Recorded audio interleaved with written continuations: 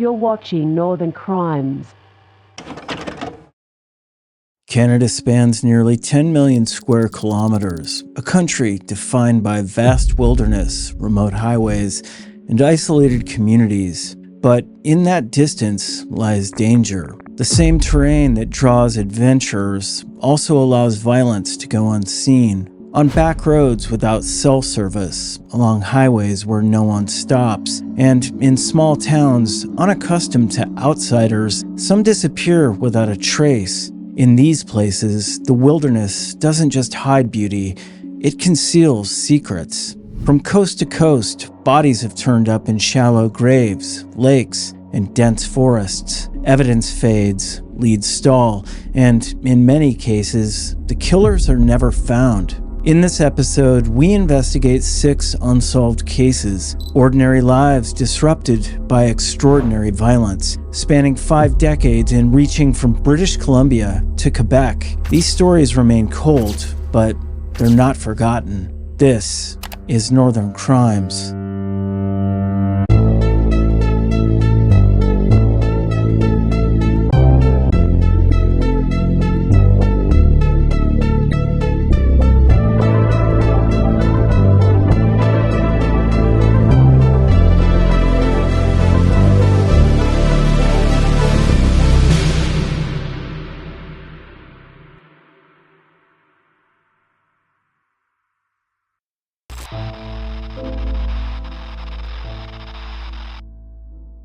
On September 15, 1971, 29-year-old Mary Ann Plett gave her 8-year-old son Nelson a kiss at breakfast and headed off to work at Graham Realty in Edmonton, Alberta. It was the last time he would ever see his mother's smiling face. By evening, Mary Ann had vanished without a trace, launching one of the largest searches in Alberta's history and leaving behind a mystery that haunts investigators more than 5 decades later. Mary Ann was a trailblazer in every sense of the word. As one of Edmonton's first female real estate agents, she was determined to succeed in a male-dominated industry. A deeply religious woman with strong family ties, she was devoted to her husband Jake and their 2 sons. Her colleagues at Graham Realty on White Avenue knew her as hardworking and professional, which made her final client meeting all the more disturbing. For weeks, Mary Ann had been dealing with an unusual prospect who called himself James Cooper. Unlike typical clients, Cooper was evasive and demanding. He would only deal directly with Mary Ann by phone, refused to provide a return number, and pressed for last-minute appointments at odd hours. Cooper claimed to represent a large American mud pump company based out of Winnipeg, seeking property with a clearing to store heavy equipment, but he wanted the view blocked from the road for privacy. On that fateful September morning, Cooper arranged to meet Mary Ann at the Bonnie Doon Shopping Center at 11 a.m. She was to drive him to view an acreage near Luma, 30 kilometers southeast of Edmonton. By 5 p.m., when Mary Ann failed to return to the office, her coworkers and husband Jake knew something was terribly wrong. The search began immediately. Police combed the Luma property, but found no trace of Mary Ann or the mysterious James Cooper. Then, around 11 p.m., Jake spotted Mary Ann's green 1970 Pontiac Laurentian slowly driving past the office with a male driver behind the wheel. By the time he and the coworkers gave chase, the car had vanished into the night. 2 days later, the vehicle was discovered abandoned at Don Wheaton Car Sales, just blocks from Mary Ann's office. The car told a chilling story: damage to the front fender, a gouged rear tire, grass stalks lodged into the bumper, and a 2-foot tree branch wedged in the undercarriage. Most ominously, blood matching Mary Ann's type was found on the trunk rug and latch, along with the wig she wore. 7 agonizing months passed before Mary Ann's remains were found in April 1972. 2 sawmill employees discovered women's clothing scattered along Goose Lake Road, 100 kilometers northwest of Edmonton. A search revealed a watch given to Mary Ann by her mother, along with the top portion of a human skull and part of a femur, identified through dental records as Mary Ann Plett. The cause of death remains unknown. The case devastated the family further when Jake, who had tirelessly worked to solve his wife's murder and even wrote a book titled Valley of the Shadows, died in a 1978 plane crash in Cranbrook, BC, along with 40 others. Today, Nelson Platt honors his father's memory, promising to forgive his mother's killer if he's ever found, just as Jake had vowed to do.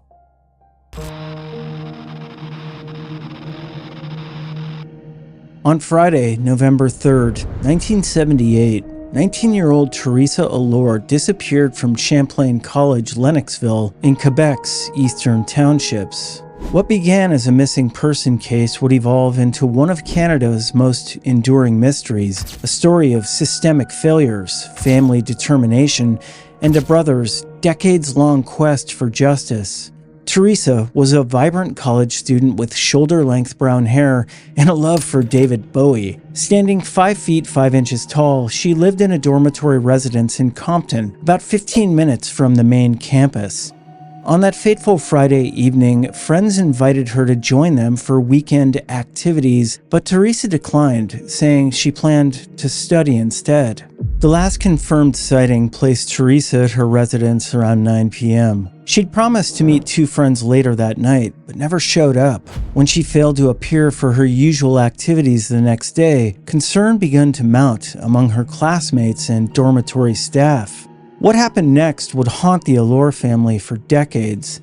Police initially dismissed Teresa's disappearance, suggesting she was simply a runaway, a common assumption that would prove tragically wrong.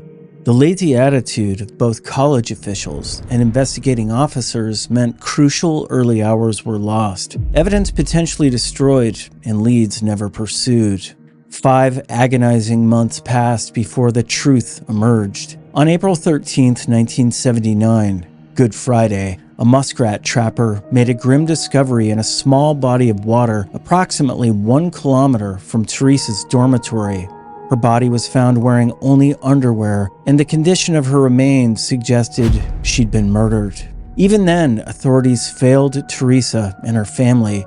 Police initially suggested she might have died from a drug overdose, perhaps with assistance from fellow students. This victim-blaming approach would characterize the investigation for years, with officials more interested in protecting the college's reputation than finding Teresa's killer. The case might have remained buried in bureaucratic indifference, if not for the determination of Teresa's younger brother, John Allure. Though only 14 when his sister disappeared, John would grow up to become her most dedicated advocate. In 2002, he enlisted investigative reporter Patricia Pearson, who produced a series of articles for Canada's National Post that presented compelling evidence that Teresa was murdered. John's investigation revealed disturbing patterns. He identified potential connections to other unsolved cases, including the deaths of Louise Camerand in 1977 and 10-year-old Manon Dubé in March 1978. Geographic profiler Kim Rosmo, then an FBI consultant, supported the theory that a serial predator may have been operating in the Quebec region during the late 1970s. The family's advocacy led to significant changes in Quebec's justice system. In 2004, largely due to John's lobbying efforts, the Sûreté du Québec created its first cold case unit. In 2019, Montreal police established their own cold case squad, again influenced by the Allure family's persistent efforts. Tragically, John Allure died in a bicycle accident in March 2023, never seeing justice for his sister. His book with Patricia Pearson, Wish You Were Here, suggests that failures in the system allowed a serial predator named Luc Grégoire to operate freely in 1970s Quebec. Today, Teresa's case remains officially unsolved, but her brother's legacy lives on in the cold case units he helped create.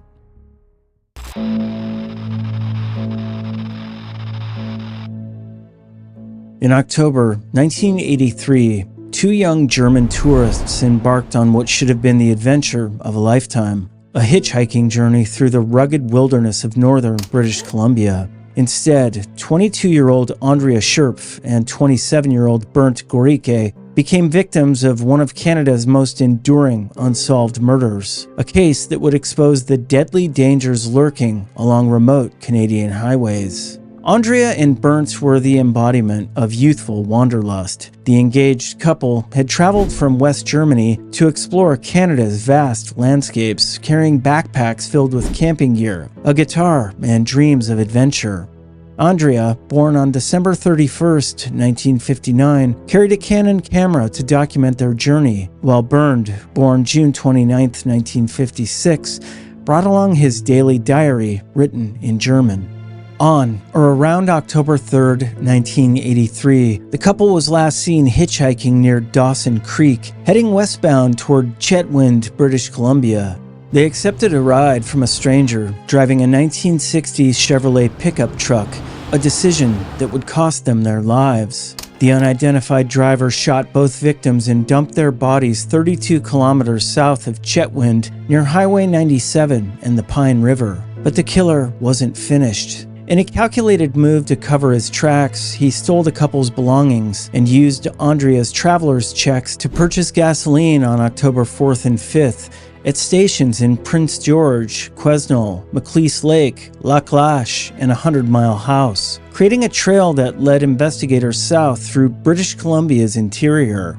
The bodies were discovered on October 6, 1983, but it took 10 days for authorities to identify the victims through Interpol and dental records. The killer had also dumped a pair of blood-spattered jeans in a nearby trash can, evidence that would later prove crucial in eliminating false suspects. The investigation that followed was marked by both determination and devastating mistakes. In 1991, a man named Andy Rose was convicted of the murders based largely on the testimony of co-worker Madonna Mary Kelly, who claimed Rose had arrived at her door drunk and covered in blood, confessing to killing 2 people. Rose spent nearly 10 years in prison before DNA evidence in 1996 proved his innocence, leading to his release in 2001. Another suspect emerged when Vance Hill's widow told her nephew that her deceased husband had confessed to the murders before taking his own life in 1985. According to her account, Hill claimed the couple had asked for a ride, but when he began harassing Andrea and Bernd protested, Hill shot him. The woman screamed and didn't want to shut up. However, DNA evidence later eliminated Hill as well. The case remains officially unsolved, with DNA evidence pointing to an unknown third person whose identity continues to elude investigators. In 2024, a woman named Amanda Nicole came forward claiming her deceased birth father had been questioned and released in connection with the case, offering to provide DNA to help bring closure to this decades-old mystery. Andrea and Bernd's disappearance exposes the dark reality faced by hitchhikers on remote highways, where isolation removes the thin veneer of safety that civilization provides.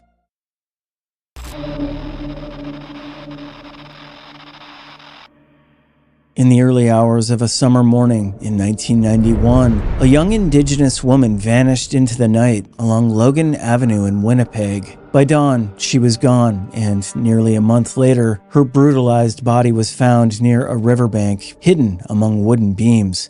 Her name was Glenda Morisseau. 19 years old, a student, a sister, a daughter. Her disappearance would become one of the many haunting chapters in Canada's ongoing crisis of violence against Indigenous women. Glenda was originally from the Saugeen First Nation, but lived with her mother and stepfather in Winnipeg. She was attending R.B. Russell School and, by all accounts, carving out a hopeful future. On July 16, 1991, she spent the evening at the Stock Exchange Hotel with friends and her brother Mitchell. They played pool, had a few drinks, and then she left with others. That was the last time her family saw her alive.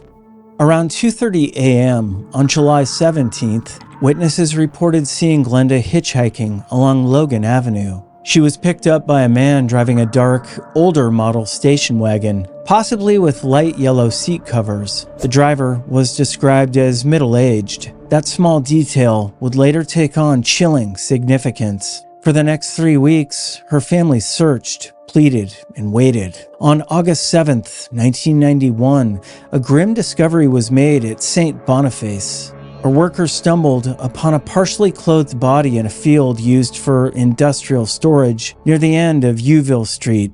It was Glenda. The scene was brutal. Her body showed signs of extreme trauma. Her jaw, cheekbones, and eye socket shattered by a large, blunt object. She wore only a t-shirt, jacket, and socks. Her lower body was unclothed.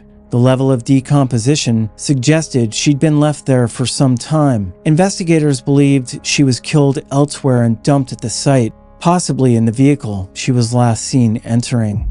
Today, the area has been redeveloped into housing, but at the time, it was remote, accessible only to someone who knew that terrain. That detail led police to suspect the killer had ties to St. Boniface. The case remains open. Despite early leads and continued efforts, no one has ever been charged with Glenda's murder. In 2017, her story was featured in APTN's Taken, a series spotlighting unsolved cases of missing and murdered Indigenous women. But the mystery persists and justice has never come. Her brother, Mitchell, still struggles with the silence that followed Glenda's death. She was a Native woman, and they don't really care about what's happening with her. For the Morisseau family, the pain didn't end there. Years later, Glenda's niece, Kelly Morisseau, would also be murdered, becoming part of the same devastating national pattern. Glenda Morisseau's life was more than a statistic. She was loved, she was full of promise, and more than 3 decades later, her story remains a solemn reminder of how many voices have gone unheard.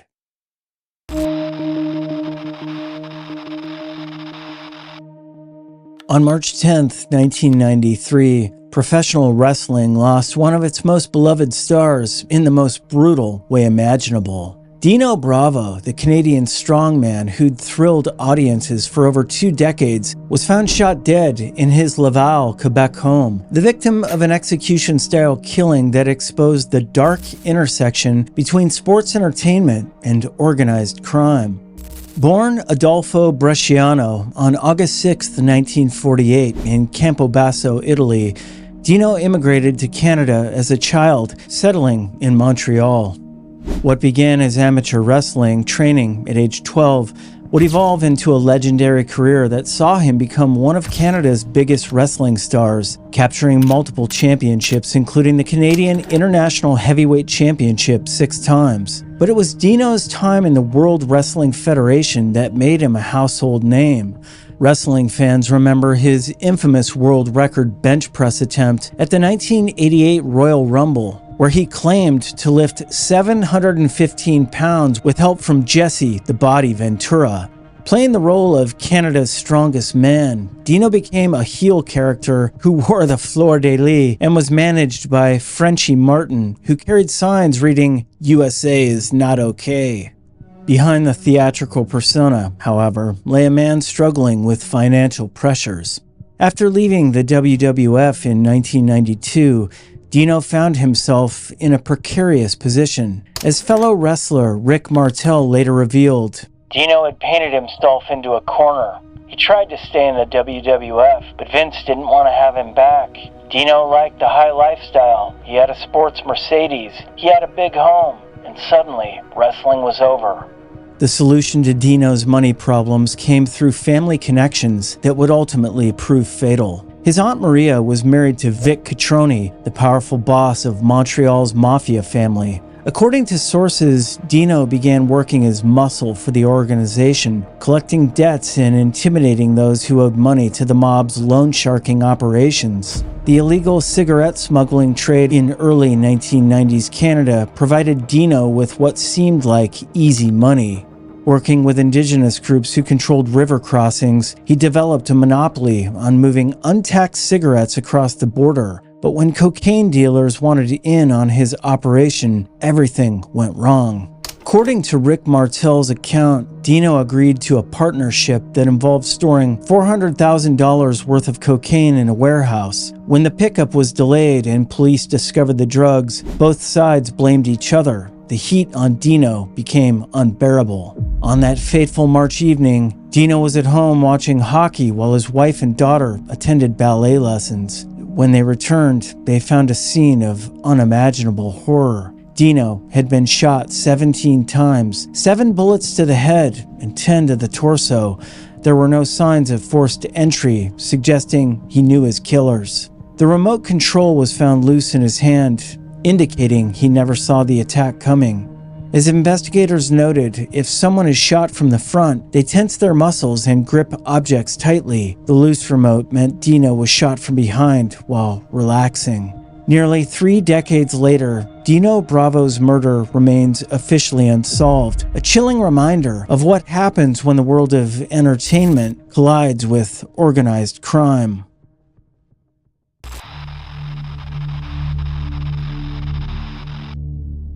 In the summer and fall of 1995, British Columbia's Fraser Valley became the hunting ground for a serial killer who claimed 3 lives and then vanished without a trace.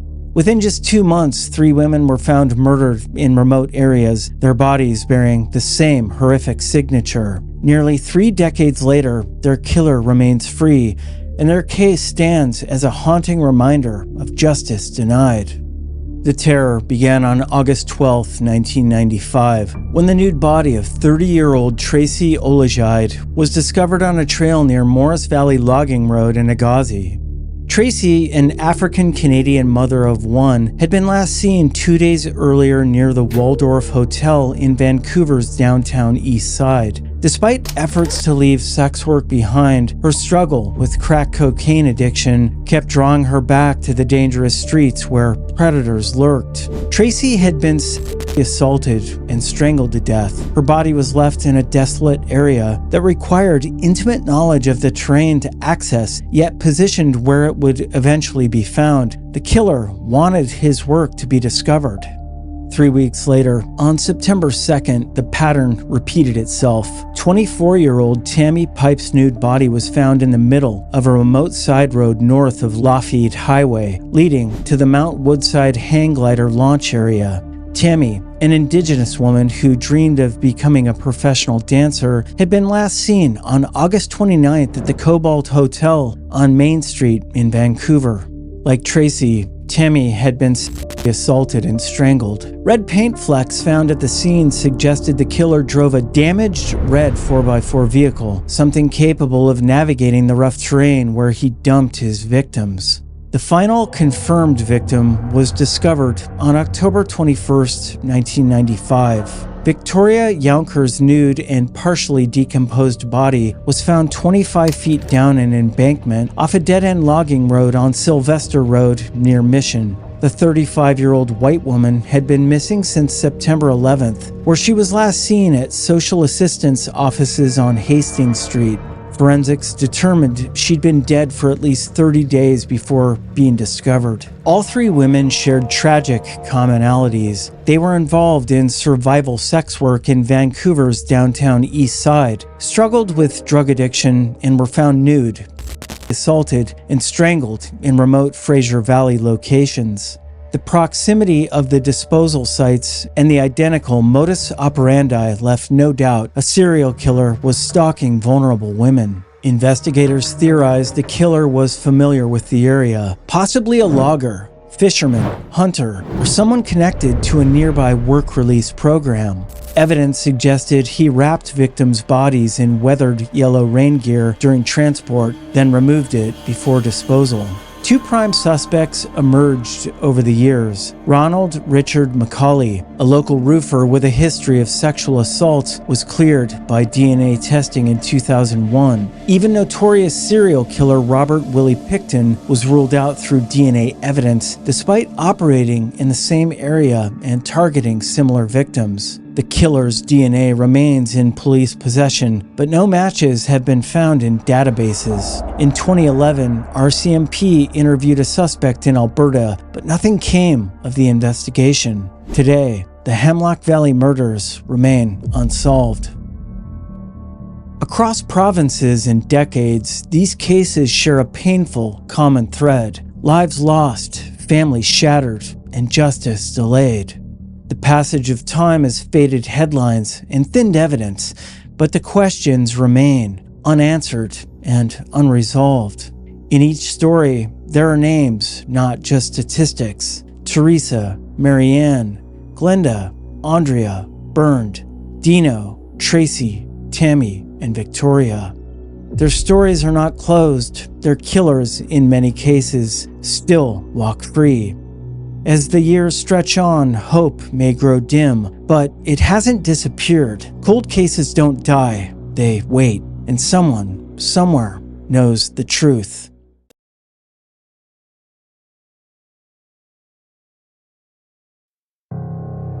I've been telling stories about cold cases in the Pacific Northwest for a long time now.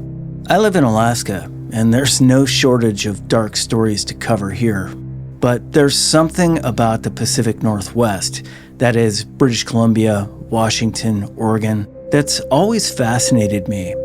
Maybe it's the remote highways winding through endless stretches of mountain terrain.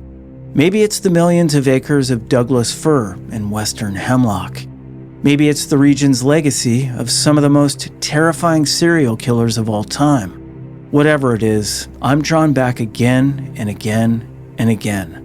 So today, we're looking at 6 cases I uncovered in the Pacific Northwest Cold Case Archives.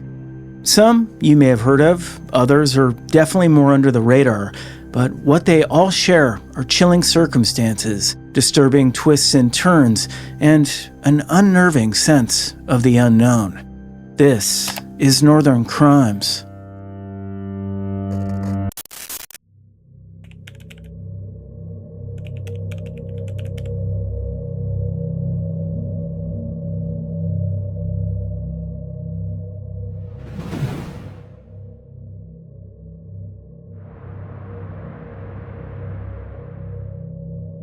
Duncan, British Columbia, November 29th, 1980. The dense moss-draped forests of Vancouver Island are no strangers to strange sights. But the town of Duncan has a unique reputation. Labeled a UFO hotspot ever since a highly publicized 1970 sighting of a domed aircraft outside the local hospital, the valley seemed to look toward the sky more than most. And for 32-year-old Granger Taylor, that sky held an answering voice. Granger was an undisputed mechanical genius. Despite dropping out of school after the 8th grade, he was an industrial wizard. He rebuilt bulldozers professional mechanics had abandoned, single-handedly restored a vintage steam locomotive, and brought a rusted World War II P-40 Kitty Hawk fighter plane back to pristine flying condition. He was a gentle giant, quiet, stocky, and brilliant. But as the 1980s approached, his focus shifted from the past to the future. On his parents' farm, he constructed a life-size replica of a flying saucer out of 2 satellite dishes, outfitting it with a television, a couch, and a stove. He told friends he was receiving telepathic communications from extraterrestrials. They were coming for him, he said. He just needed the right night. That night arrived on November 29th, 1980, during what meteorologists would call the quote-unquote storm of the century. Torrential rain and violent winds hammered down on the Pacific Northwest. Granger ate a quiet dinner at a local grill, refusing to wear a coat despite the freezing storm. He visited his young protege one last time, confirming the aliens were indeed arriving that night. When his parents woke up the next morning, Granger was gone. Taped to their bedroom door was a letter written in his steady hand. "Dear Mother and Father, I've gone away to walk aboard an alien spaceship, as recurring dreams assured a 42-month interstellar voyage to explore the vast universe, then return. I'm leaving behind all my possessions to you as I will no longer require the use of any." For over 5 years, Granger's disappearance was treated as a modern ghost story. Some believed the genius had actually left. Others suspected a severe mental break, possibly exacerbated by heavy daily use of LSD, which his siblings later claimed he was consuming. The mystery took a violent turn in March 1986. Deep in the woods of Mount Prevost, forestry workers stumbled on a huge blast site. The explosion had been catastrophic, leaving a 300-foot debris field. An engine block was thrown 100 feet, a tire rim was wedged 60 feet in a tree. Scattered amidst the metal were fragments of a Datsun pickup truck, pieces of a wool sweater, and human bone fragments. The Royal Canadian Mounted Police officially closed that file, concluding that Granger had been carrying dynamite in his truck, a common tool for his salvage work, and it had detonated either by tragic accident or intentional suicide. Yet for those who knew Granger best, the official story has always been a poor fit. His protege pointed out glaring discrepancies. The truck wreckage found on the mountain was blue, but Granger's truck was famously Pepto-Bismol pink. DNA testing didn't exist in 1986, meaning the bone fragments were never definitively identified. Furthermore, the farm's supply of dynamite appeared completely untouched after he vanished. Did Granger Taylor succumb to a psychological crisis under the cover of the storm, blowing himself apart on a lonely mountainside? Or did a man with a mind too large for this world find a way to leave it behind? Today, the old steam train he restored still sits at the BC Forest Discovery Center, a monument to a mechanical savant who built a spaceship in his backyard, wrote a deadline into his goodbye note, and drove out into the worst storm of the century, never to come home again.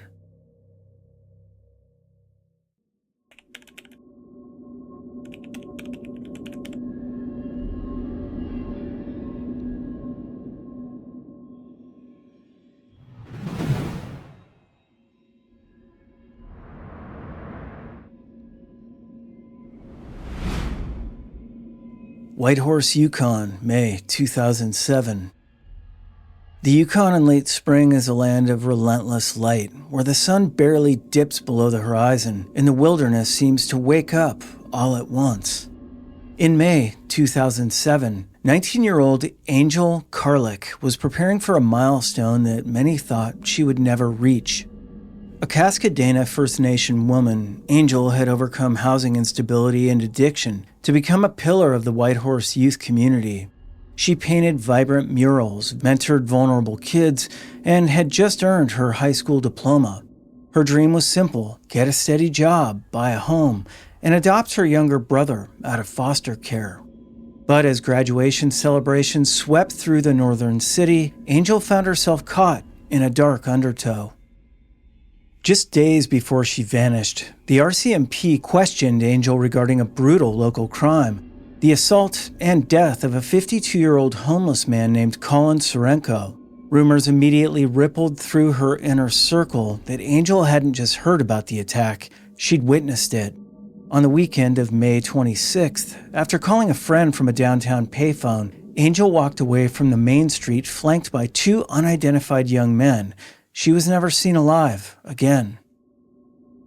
When Angel failed to show up to collect her paycheck, her mentors at the youth center sounded the alarm. But the initial response from law enforcement was plagued by a familiar friction.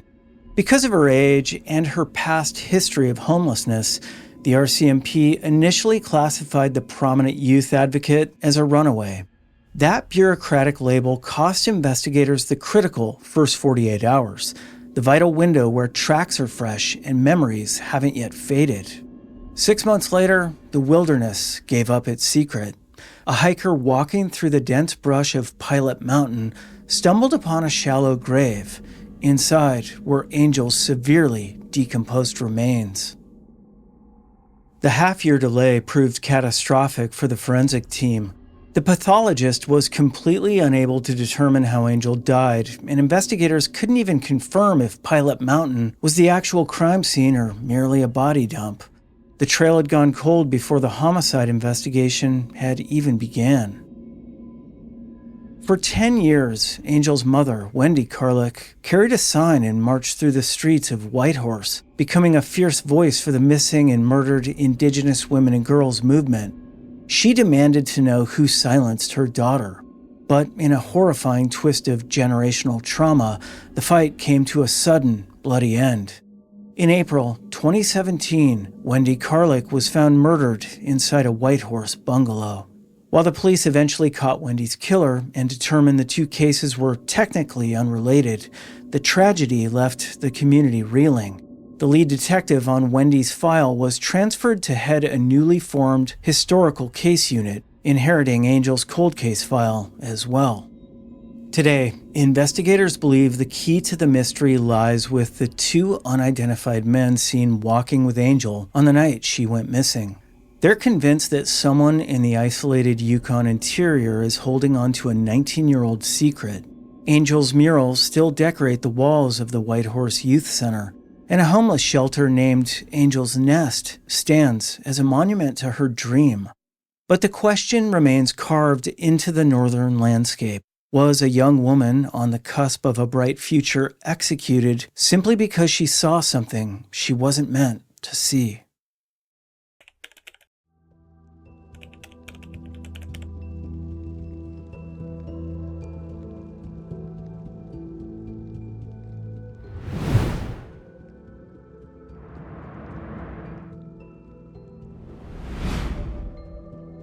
North Vancouver, British Columbia, August 10th, 1994.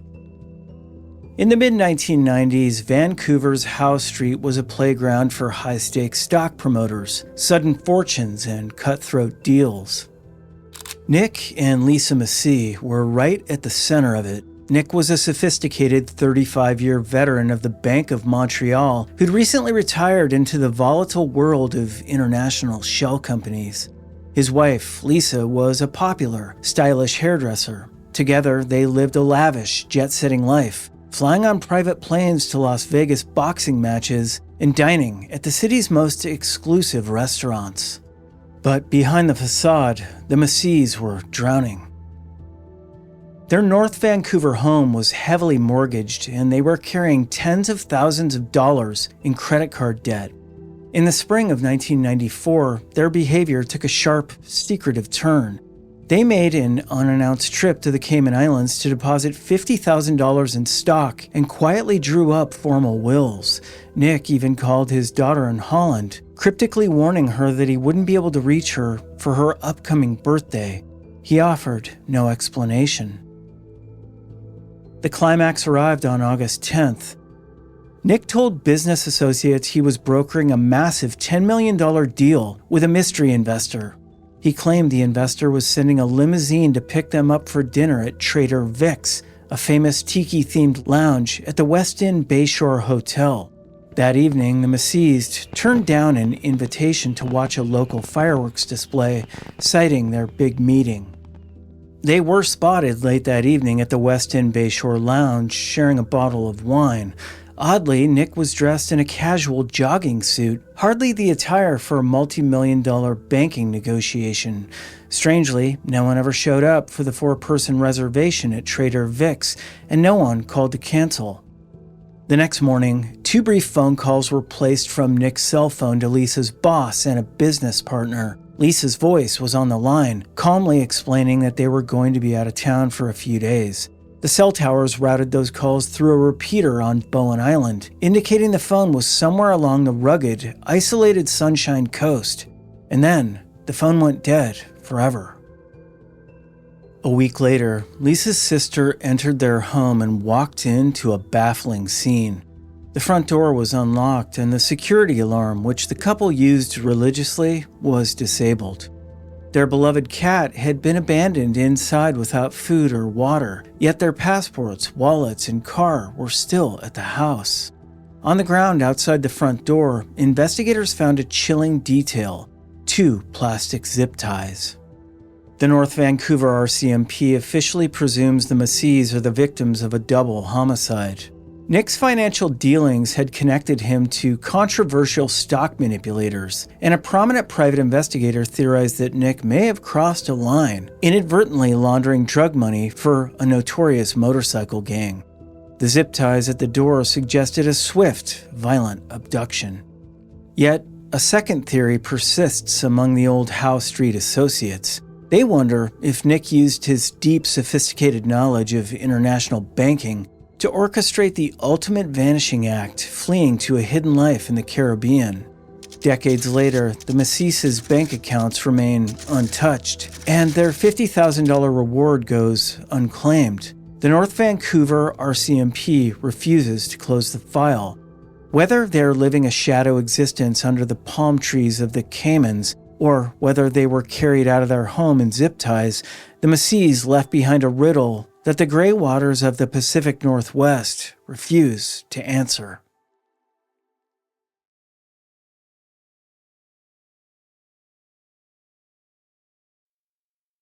July 21st, 1982.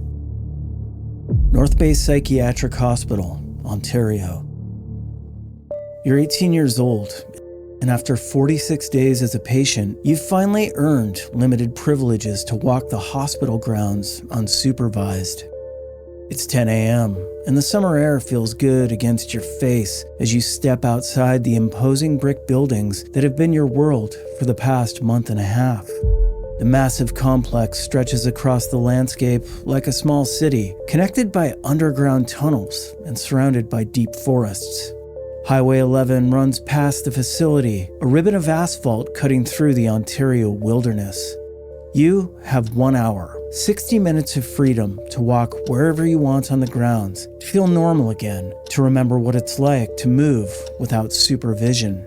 The reinforced screens on the windows watch you go, but for the first time in weeks, no one is following behind. The forests beyond the hospital property seem to stretch out forever, dark and inviting. Lakes glimmer in the distance through the trees. Your hour is almost up.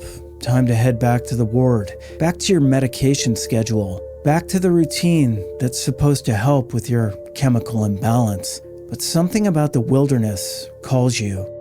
Because in the vast Ontario woods, where help can be hours away, and the forests swallow sound, some walks never end, and some patients simply step into the trees and vanish forever. This is Northern Crimes.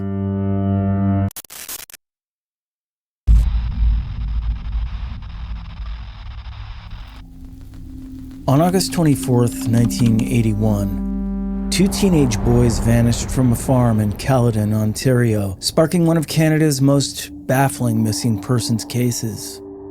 14-year-old Eric Larsfolk and 15-year-old John McCormick Jr. disappeared without a trace on what should have been an ordinary summer evening. They left behind a mystery that has haunted investigators and families for over 4 decades.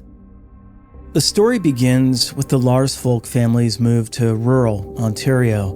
Eric's father, Lloyd Larsfolk, had been forced to close his greenhouse business in Fort Erie due to ongoing disputes with the city over rezoning issues.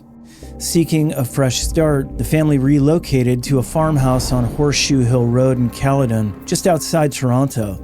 For Eric, the move represented a significant change, leaving behind friends and familiar surroundings for the quiet isolation of rural life. Eric was a responsible, well-liked teenager who'd recently won a red 10-speed bicycle at a local Dairy Queen contest. He was active in Scouts Canada, enjoyed fishing, and had dreams of one day owning his own business. His older brother David described him as someone who rarely caused trouble and always followed his parents' rules. The McCormick family lived nearby on a 100-acre farm. John McCormick Jr. was a mechanically gifted 15-year-old who loved working on cars. In fact, he'd collected 6 to 8 old vehicles that he meticulously maintained. However, his home life was troubled. His father, John McCormick Sr., was a severe alcoholic who lived in a carpeted bedroom with a refrigerator beside his bed, drinking from morning until night. The relationship between father and son was volatile, sometimes even violent.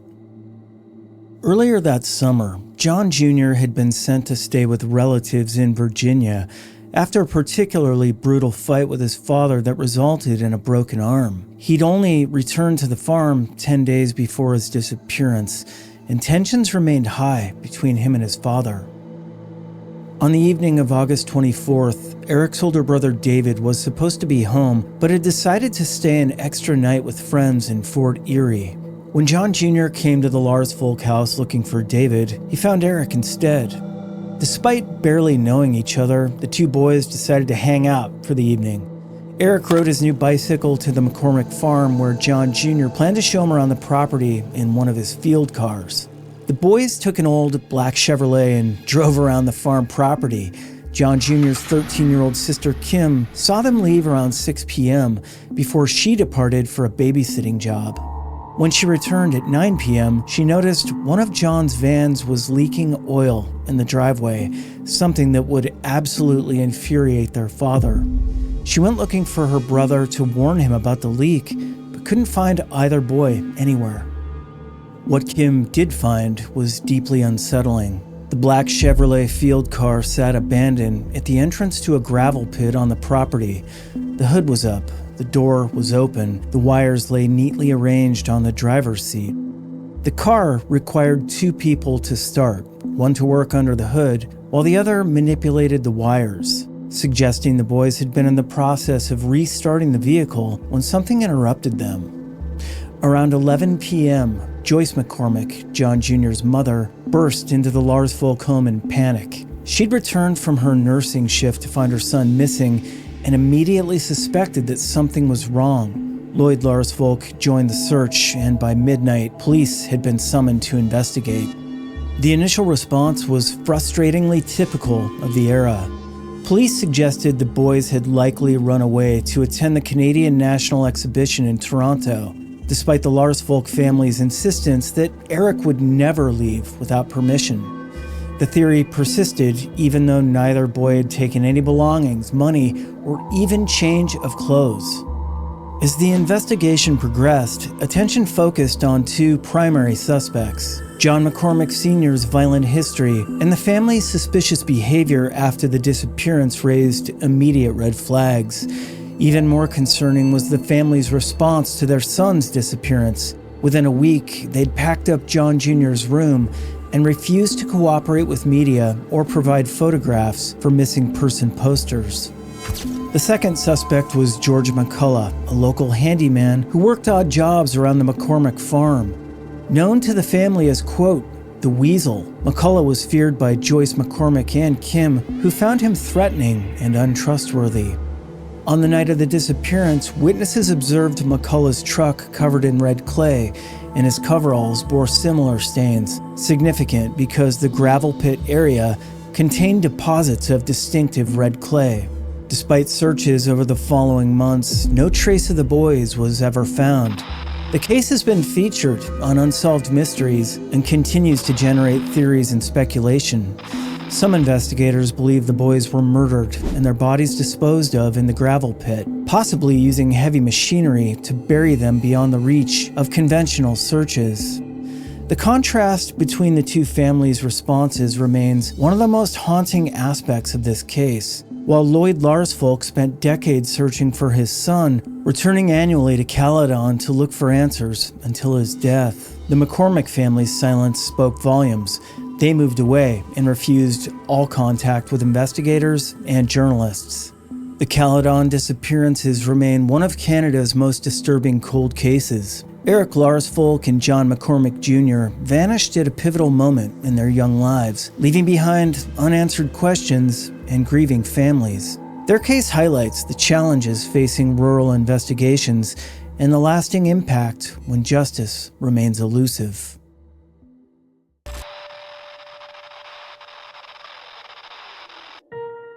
On October 17, 1982, the day before his 26th birthday, Clayton Mark Bussier finished his shift as a dispatcher at Abbotsford Taxi Limited and joined friends for a few hands of poker. It was a typical Sunday evening for the well-liked cab driver who was known for his reliability and good character.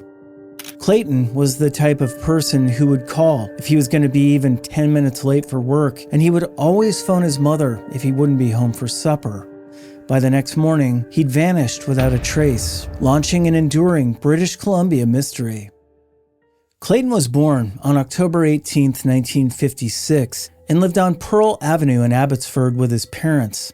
At 25 years old, he was working to save money to get a place of his own while building a career in the taxi industry.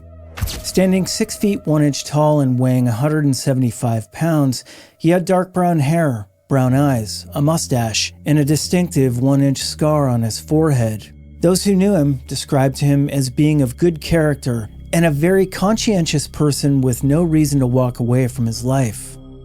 Clayton worked both as a dispatcher and driver for Abbotsford Taxi, and he owned his personal vehicle, a Robin's Egg Blue 4-door 1978 Pontiac Grand Le Mans that doubled as his taxi. The distinctive car had Abbotsford Taxi painted on the rear roof panel along with the number 6, and it featured a dark blue velour interior. Clayton also had Washington state license plates on the front end as he regularly drove across the border for work. On that fateful Sunday night, Clayton had been playing poker with friends after finishing his dispatcher shift. According to Ron Johnston, another company dispatcher and cab driver, there was nothing unusual about Clayton's behavior. He was just laughing and joking, just like normal. Clayton was down a couple of dollars in the penny ante game when it ended around 5 to 5:30 p.m. He left in his cab, apparently heading home. What happened next would become the central mystery of the case.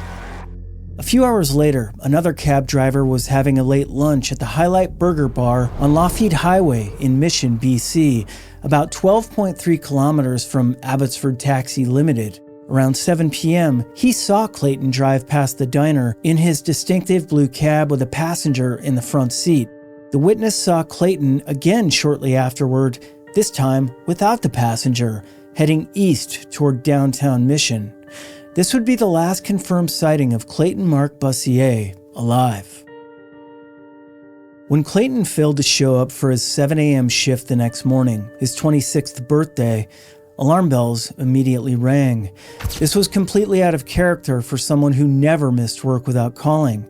His family and coworkers knew something was terribly wrong. The investigation that followed revealed disturbing questions about Clayton's final hours. Who was the mysterious passenger in his cab? Why had Clayton driven to Mission? And what had drawn him there during his off-duty hours? The Highlight Burger Bar was approximately a 14-minute drive from his workplace, but investigators could never determine what business Clayton might have had in that area. Police initially treated the case as a possible voluntary disappearance, but this theory quickly fell apart. Clayton's bank accounts remained untouched. Additionally, there was no evidence he'd planned to leave. His personal belongings, including money, were left behind at home. Most telling of all, Clayton had been looking forward to celebrating his birthday with family and had made plans for the following day. The search for Clayton expanded across the region, with family, friends, and fellow cab drivers joining the effort.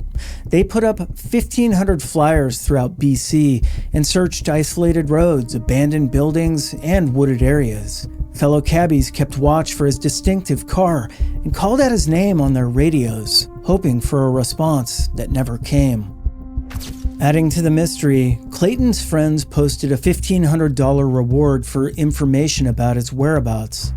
The reward generated multiple tips, but none led to any concrete answers about what had happened to the missing cab driver. The case took on additional significance when investigators learned that Clayton had a minor legal matter he needed to address in the U.S. Given that Abbotsford was only about 5 miles from the Washington border, and Clayton regularly drove there for work, some wondered if this legal issue could have been connected to his disappearance. However, his family didn't know the specifics of the matter, and it appeared to be fairly minor. Perhaps most puzzling of all was the revelation that Clayton had been in a relationship with a girlfriend for about 2 years, yet his family had never met her. When Clayton disappeared, this mysterious girlfriend never came forward to offer support to his family, never contacted his friends for information, and never assisted in the searches. Her complete absence from the investigation definitely raised questions. Who was she, and was she possibly involved? Despite extensive investigations by the Abbotsford Police Department and later reviews by cold case units, Clayton Mark Bussier's disappearance remains officially unsolved. His case has been featured in various true crime publications and continues to generate theories and speculation. His family deserves answers, and somewhere across the vast landscape of BC, those answers may still be waiting to be discovered.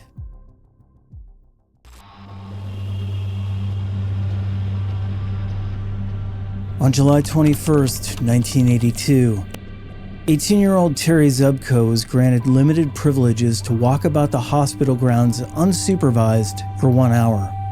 It was 10 a.m. at the former North Bay Psychiatric Hospital on Highway 11 North in Ontario. Terry had been a patient for 46 days. When he failed to return to the ward after his allotted time, hospital staff conducted a search of the grounds and along the highway. By that afternoon, when their efforts proved unsuccessful, they reported Terry as a missing person to police. He would never be seen again. Terry was born on June 4th, 1964, in the small town of Blind River, Ontario. Standing 5 feet 8 inches tall and weighing 123 pounds, he had long straight brown hair, hazel or blue-gray eyes, and a slender build. He bore several distinctive scars, a slight mark on his lower forehand, another on his left upper nostril, and a 12 to 14-inch scar on one of his forearms. His teeth were in good condition, though his dental records shown he'd had some work done and that one of his teeth was missing. Before his disappearance, Terry had been living with his parents in Sault Ste. Marie. However, in May 1982, he was admitted to the North Bay Psychiatric Hospital. The reason for Terry's admittance to the hospital remains unclear, but according to a letter from his parents published in the Red Deer Advocate in 1982, Terry requires continued medication and a proper diet for his illness, which was analyzed as chemical imbalance.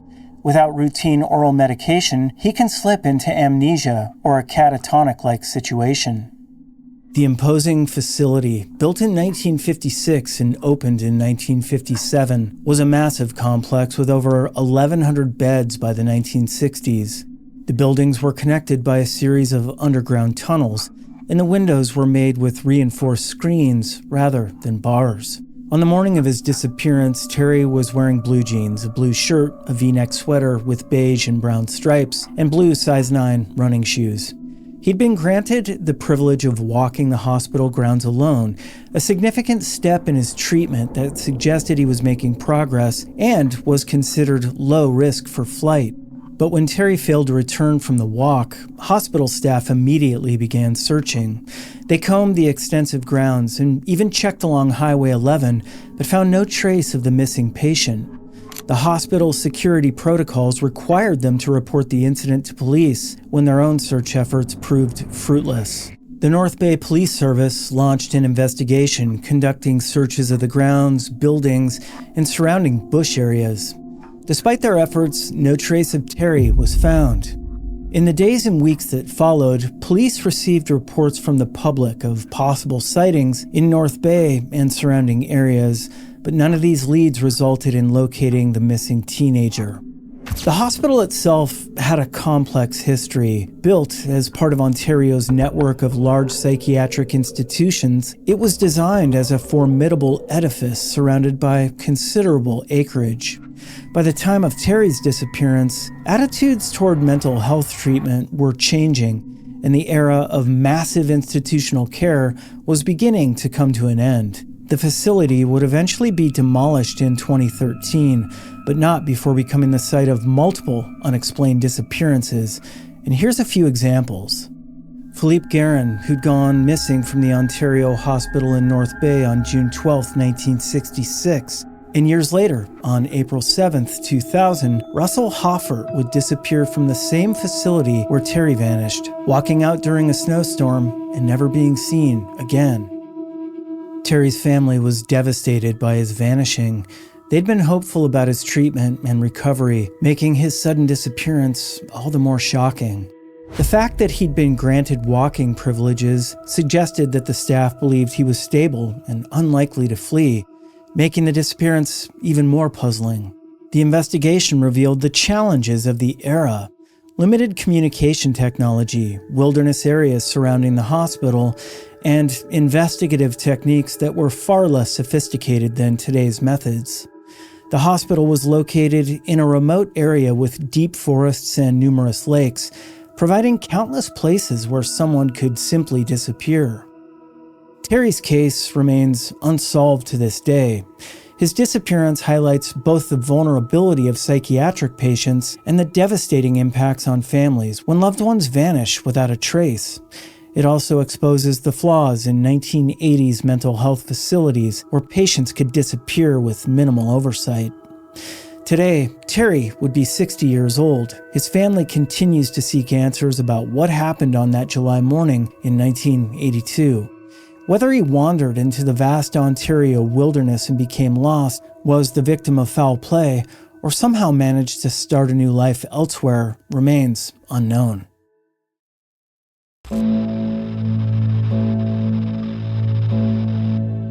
On February 14, 1983, Valentine's Day, 16-year-old Darlene Tucker fled her Lakeshore Road West home in Oakville, Ontario, following a heated argument with her mother about her pregnancy.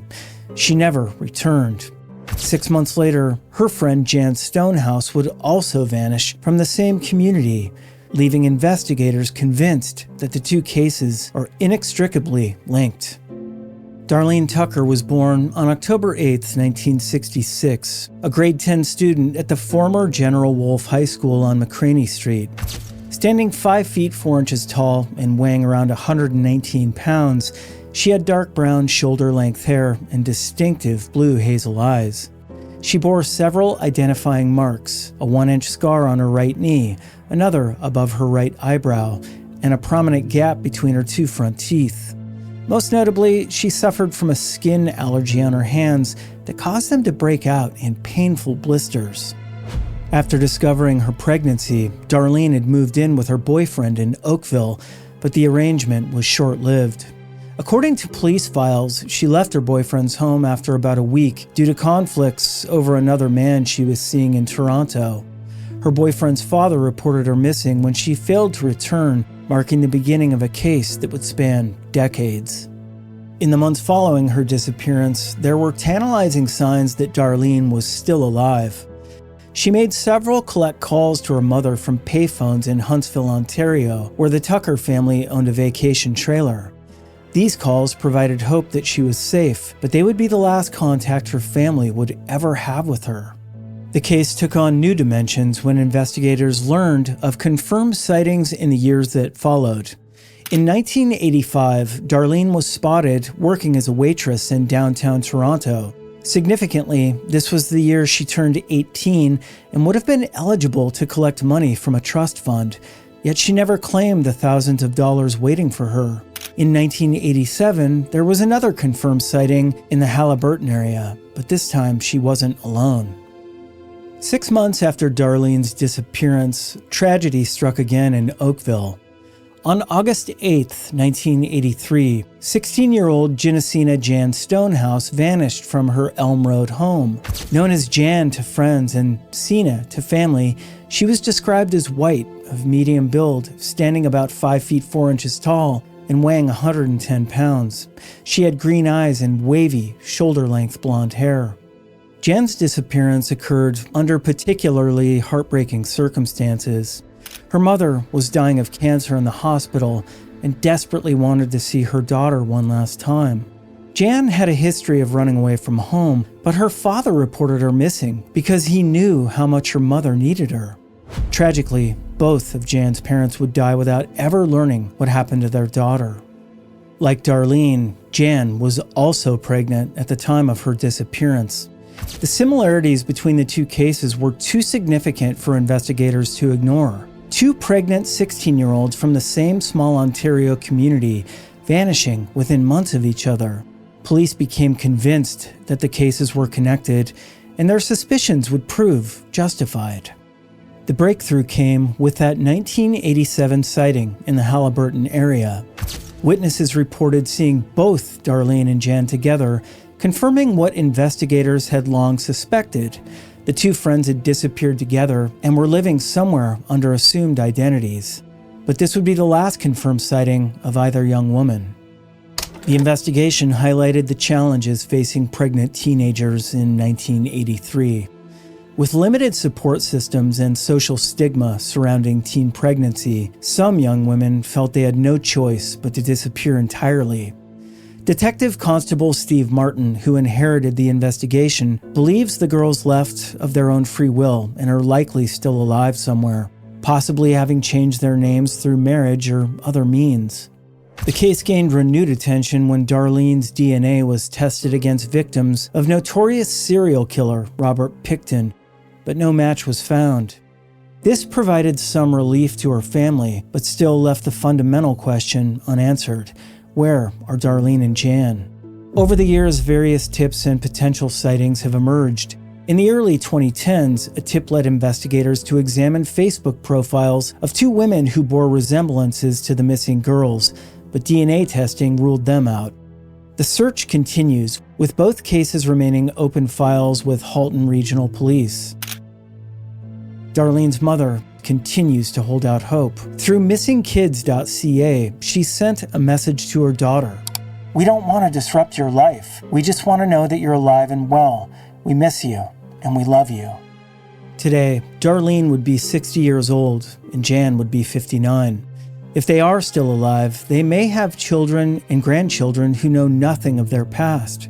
Their story represents not just two missing persons cases, but a window into the challenges faced by vulnerable young women in the 1980s and the enduring power of hope in the face of decades of uncertainty.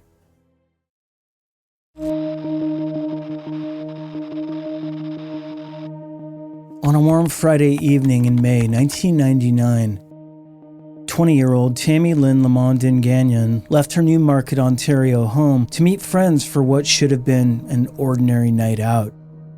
She was an industrious young woman with interests in yoga, poetry, and numerology, working 2 jobs while taking driving lessons and dreaming of becoming a marine biologist. By Saturday morning, she'd vanished without a trace, leaving behind a mystery that would haunt her family and investigators for over 25 years.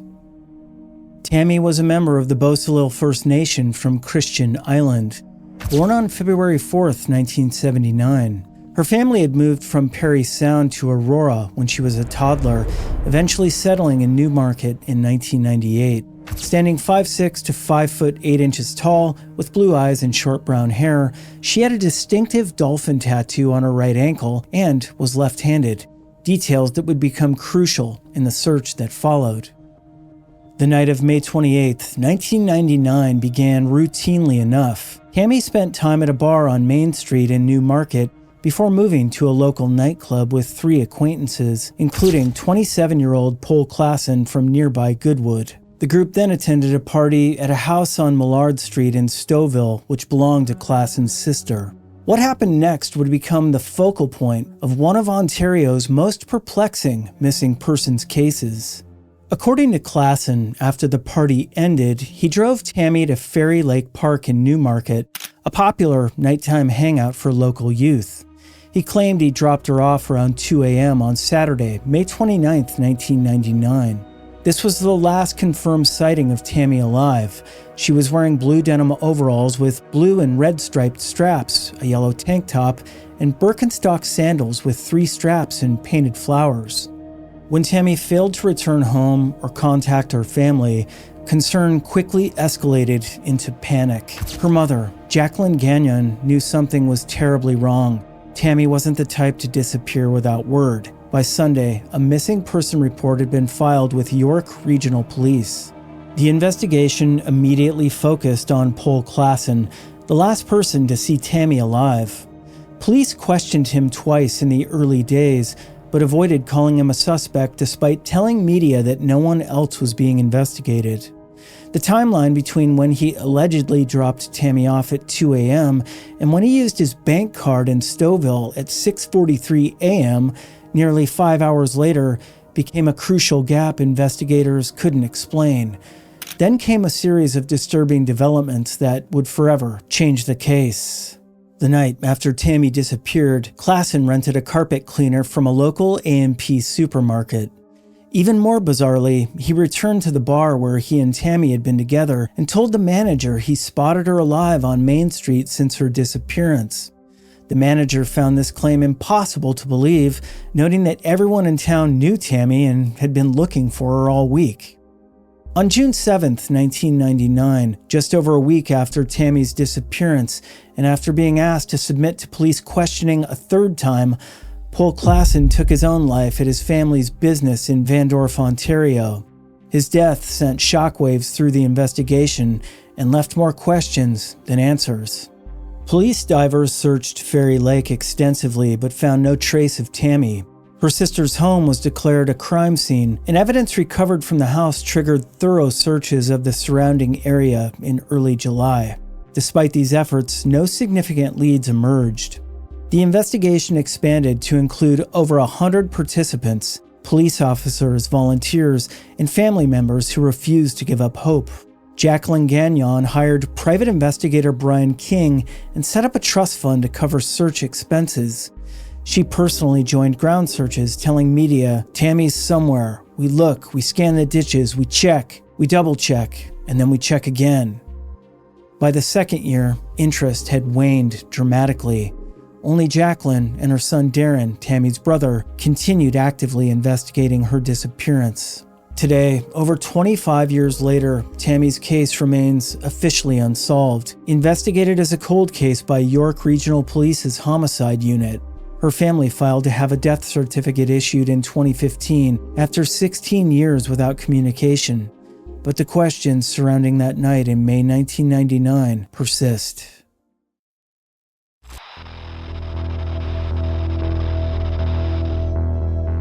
On June 23, 2000, one of Quebec's most powerful and feared criminals vanished without a trace after attending what should have been a celebration. Louis Roy, a founding member of the Hells Angels elite nomad chapter and reportedly the richest angel in the province, disappeared after leaving a party to commemorate the 5th anniversary of the nomads' formation. His blue Mercedes-Benz was found days later, covered in parking tickets near the party location. Roy himself was never seen again. Born on July 20th, 1959, in Quebec, Louis Roy had built an empire through violence and cunning that made him one of the most influential figures in Canadian organized crime. Standing at the intersection of the biker world and the Italian mafia, Roy commanded respect and fear in equal measure across Quebec's criminal underworld. Roy's path to power began in the early 1980s when he founded and led the Satan's Guard Motorcycle Club in the Saguenay region alongside Richard Crowe Amond. The club quickly established dominance through brutal tactics, bombing rivals' vehicles and eliminating competition with methodical precision. In October 1984, they destroyed the van of Omer Gagnon, president of the El Concacheros gang. 6 years later, in October 1990, they targeted independent drug dealers with a car bombing in Maria Chapdelaine that sent a clear message: this was their territory. On June 14, 1991, Satan's Guard patched over to become a full Hells Angels chapter, with Roy as president of the Trois-Rivières chapter. The transition marked the beginning of Roy's meteoric rise within the organization. He forged crucial alliances with Montreal's powerful Rizzuto family and developed a close friendship with Maurice "Mom" Boucher, a notorious leader who would become Quebec's most feared biker. Crime journalist André Cédillo called Roy the second most powerful Hells Angel in Quebec, after Boucher. Roy's wealth was legendary, estimated at several $million, earned through massive cocaine distribution networks that stretched across the province.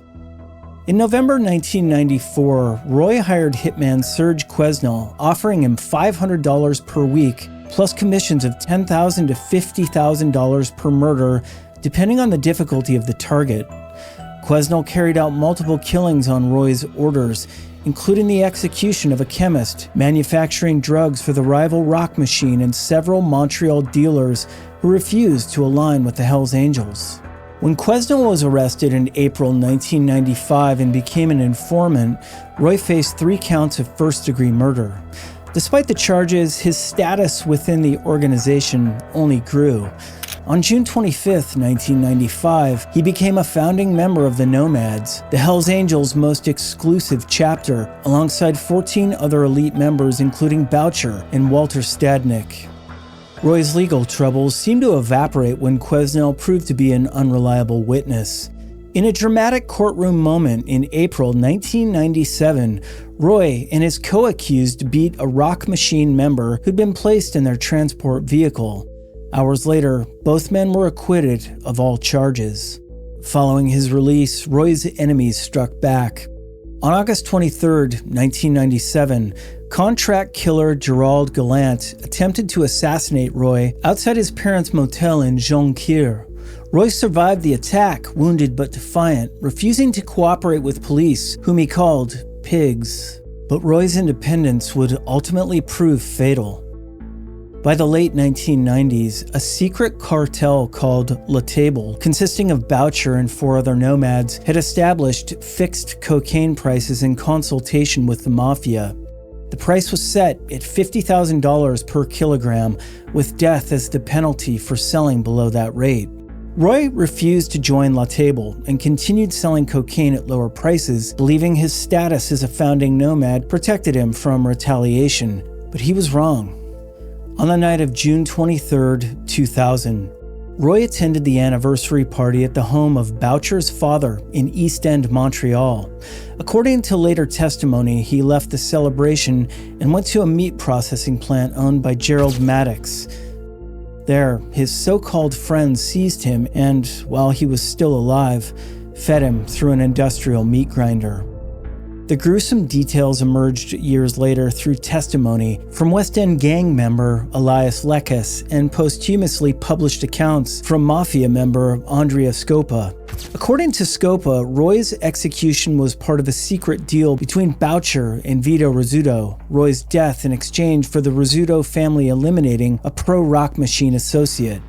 After Roy's disappearance, his assets were immediately divided among his fellow nomad as if he had never existed.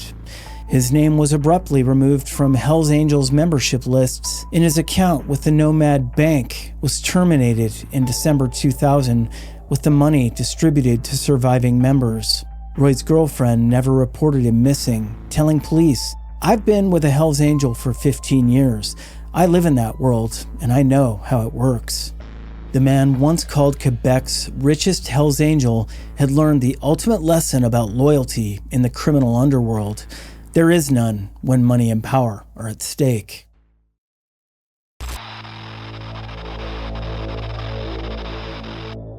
In March 2011, 30-year-old Stefan Lapowicz of Toronto was preparing for what should have been a relaxing vacation in Puerto Rico. The Toronto resident had originally planned to travel to Costa Rica via Miami, but made a last-minute change to his destination. On March 27, 2011, Stefan was last seen as he traveled to Puerto Rico. It was a decision that would lead to one of Canada's most perplexing missing persons cases, leaving his family desperate for answers and investigators perplexed by a trail that went completely cold in the Caribbean. Stefan wasn't the type to simply vanish. Described by his mother Gail as sensitive to family needs and deeply connected to his loved ones, he maintained close relationships with his parents and was known for his reliability. The 30-year-old had been looking forward to his vacation, a chance to unwind and explore a tropical destination. Friends and family knew about his travel plans, and there was nothing unusual about Stefan taking a solo trip. He was an experienced traveler who'd ventured abroad before without incident. But from the moment Stefan arrived in Puerto Rico, something went terribly wrong. He simply disappeared without a trace. When Stefan failed to return home as scheduled, his family's concern quickly escalated to panic. Days passed without any word from him. No phone calls, no emails, no social media updates. For a man who stayed in regular contact with his loved ones, this silence was deafening and completely out of character. Toronto police launched an investigation, but the international nature of the case presented immediate challenges. Cooperation with Puerto Rican authorities and other international police forces began, but despite extensive efforts, no trace of Stefan could be found.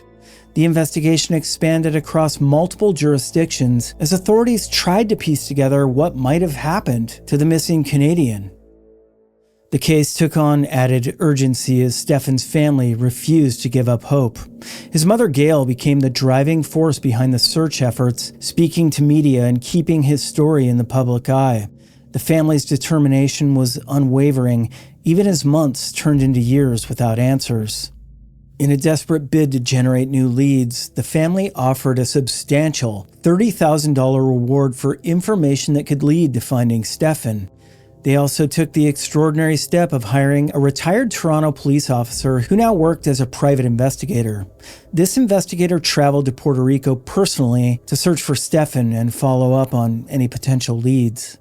The family's efforts extended to social media, where they created a Facebook page called Help Find Steve Lapowich. Police also embraced these digital tools, recognizing that social media could reach people who might have crucial information about what happened to the missing man. Stefan is described as Caucasian, 5 foot 9 inches tall, weighing 169 pounds with a medium build, short brown hair, and blue eyes.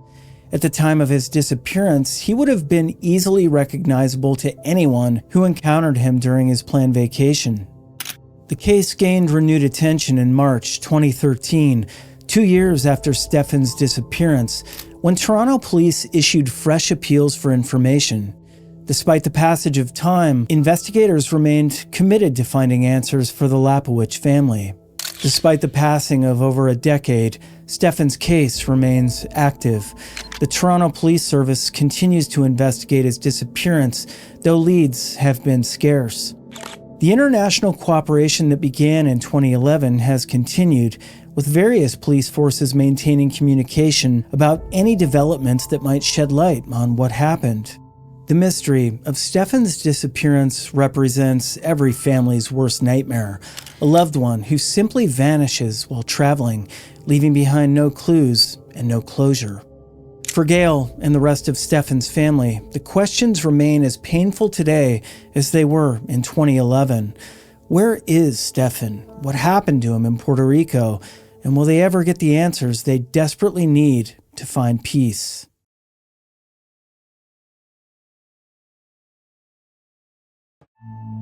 Canada. It's a land defined by contrasts. In the west, sweeping wilderness meets urban life, and in the plains and to the east, remote landscapes stretch beyond the modern cities. In these quiet forests and along the edges of small towns, mysteries endure, concealed by the isolation of the land itself. And even within Canada's bustling cities, shadows of the unknown persist, marking stories of lives lost or disrupted in ways that defy explanation. This is the true story of 5 unsolved cold cases from Canada. Welcome to Northern Crimes.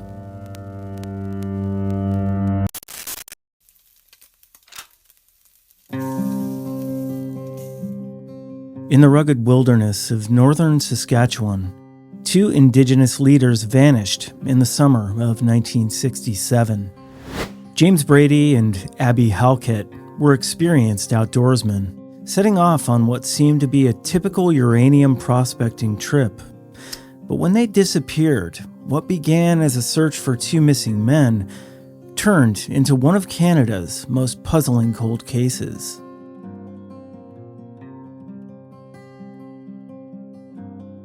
James "Jim" Brady was a prominent Métis activist and a dedicated advocate for Indigenous self-governance. Known for his sharp intellect and unyielding principles, Brady's shelves were lined with books ranging from the Bible to the Communist Manifesto. His activism wasn't limited to words. In fact, in 1932, he co-founded the Association of the Métis of Alberta and the Northwest Territories. His influence reached far beyond his community, making him a respected and sometimes divisive figure. On the other hand, Abby Halkett was a band counselor of the Lac La Ronge Indian Band, admired for his empathy and steady leadership. His close ties to his community and his quiet strength earned him the trust of those around him. Together, Brady and Halkett symbolized both resilience and commitment to their people, fighting for a future where Indigenous communities could thrive.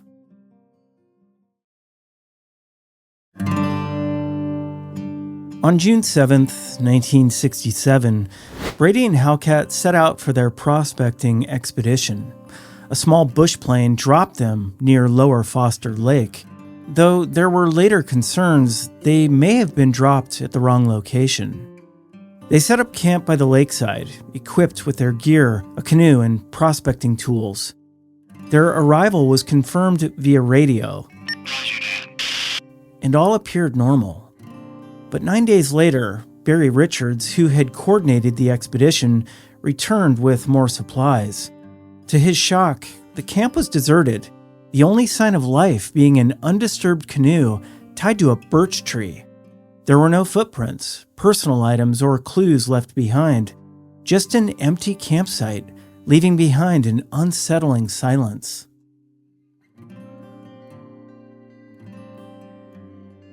The RCMP initiated a search, but investigators were quick to consider the disappearance a likely accident, citing the remote terrain and possible dangers.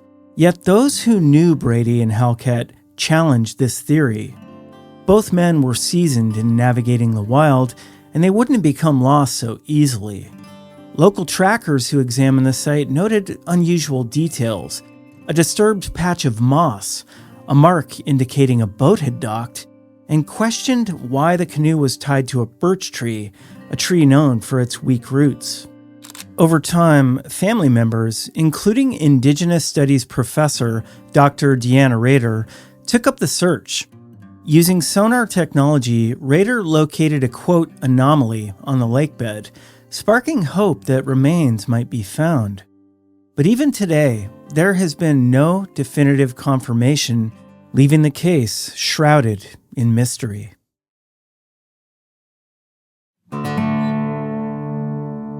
Theories about the men's disappearances are varied. Some speculate that Brady's outspoken political beliefs and activism made him a target, suspecting political adversaries might have sought to silence him.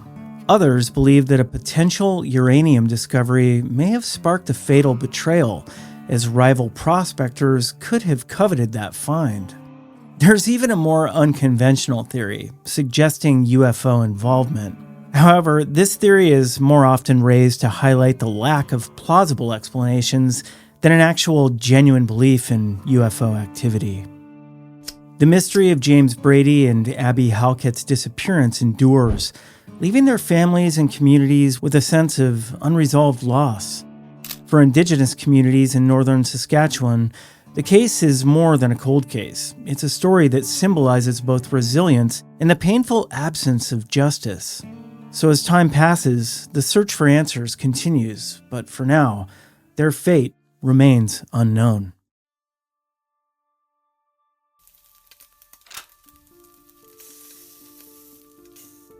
In a quiet town in Alberta, a chilling discovery on a rural farm would haunt the local community and baffle investigators for decades.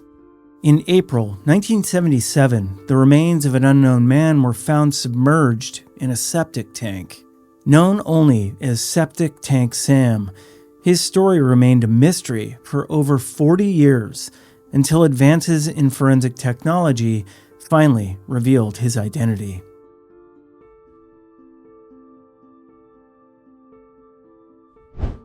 Gordon "Gordy" Sanderson was a man whose life reflected the hardship faced by many Indigenous children during the 60s scoop. Born in Manitoba in 1950, Gordy was separated from his family at a young age and placed in foster care. Like many Indigenous children from the time, this marked him deeply. As an adult, he moved to Edmonton seeking a fresh start, but continued to struggle with addiction and brushes with the law. Gordy kept in touch with his family, and when he mentioned plans to visit his brother in Calgary, they expected to see him soon, but he never arrived.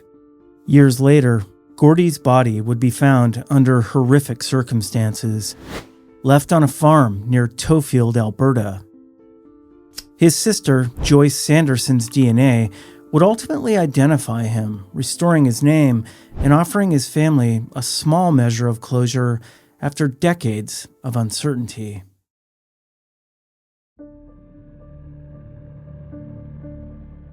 The horror of Gordy's murder was uncovered on April 13, 1977, when a couple, inspecting their septic tank, stumbled upon his remains. Investigators revealed that Gordy had been tortured, burned with a blowtorch, assaulted, and shot multiple times before being wrapped in a yellow bedsheet bound with nylon rope and dumped in the tank. The body had been covered in quicklime, most likely in a mistaken attempt to hasten decomposition. The level of brutality suggested that Gordy likely knew his killers and that the murder was motivated by intense animosity.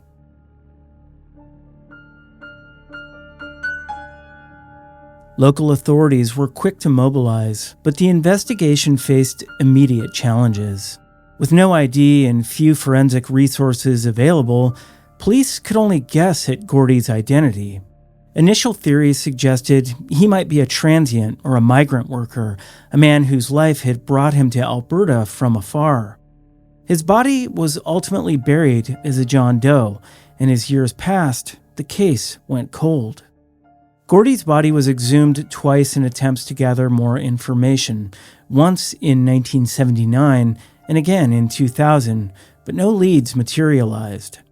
In fact, it wasn't until 2021 when Alberta RCMP enlisted the help of Othram Incorporated, a Texas-based lab specializing in forensic genetic genealogy, that a breakthrough occurred. Othram used advanced DNA analysis to create a genetic profile, eventually linking it to Gordy's sister Joyce. After 44 years, Gordy's identity was confirmed.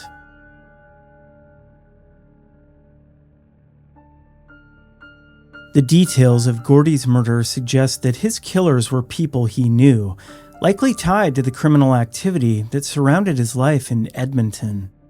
Some believe Gordy's lifestyle and associations exposed him to dangerous people with violent tendencies. The intensity of his injuries and the methodical disposal of his body indicate a deeply personal motive, likely involving someone who harbored resentment or felt wronged by him. Despite these theories, no suspects have been identified, and authorities continue to appeal for information. Many of Gordy's associates, and possibly his killer, may no longer be alive, but the RCMP remains committed to closing this case. The story of Gordon Sanderson is a reminder of a tragic era and the personal devastation caused by the 60s scoop. Known for decades only as Septic Tank Sam, Gordy was finally given his name back, restoring his place within his family's history. While his identity has been revealed, justice remains elusive. The RCMP, they hold out hope that with the public's help, they may one day find those responsible, bringing a measure of justice to Gordy's story.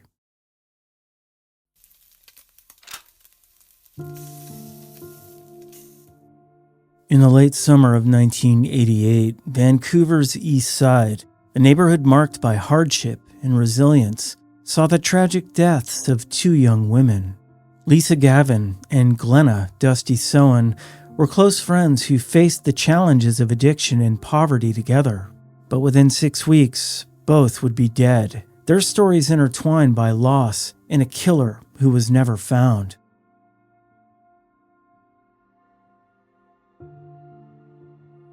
Lisa Gavin and Glenna Sowen shared a bond that transcended the daily struggles they faced.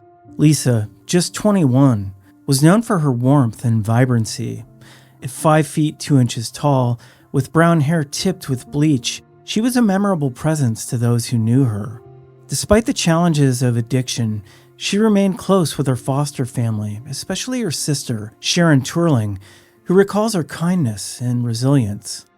For Lisa, life on the streets, it was a hard reality, but she faced it with strength and friendship. Glenna, known to her friends as Dusty, was 25 years old, small and slender, with a spirit that belied her struggles. Like Lisa, she'd faced a long battle with addiction, leaning on the support of her friend to navigate the harsh realities of life in Vancouver.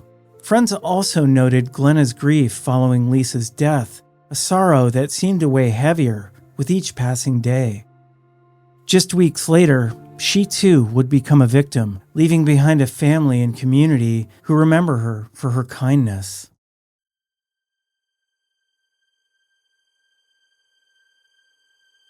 On August 12, 1988, Lisa Gavin was last seen by her foster sister Sharon around 11 p.m. on Main in Hastings. Minutes later, she disappeared. Witnesses recall seeing her around midnight as she left a friend's apartment on East Broadway, planning to work briefly before returning, but Lisa never made it back. The following morning, her partially clothed body was discovered in a lane near Knight Street and East 49th Avenue, a scene that was stark and haunting. 6 weeks after Lisa's death, Glenna was last seen by her boyfriend near East 6th Avenue and St. George Street. The next day, her body was found concealed in a thicket near West 24th Avenue and Willow Street. She'd suffered blunt force trauma and bore ligature marks, a grim parallel to Lisa's murder. The brutality of both crimes suggested a connection that was disturbingly clear to those in the community.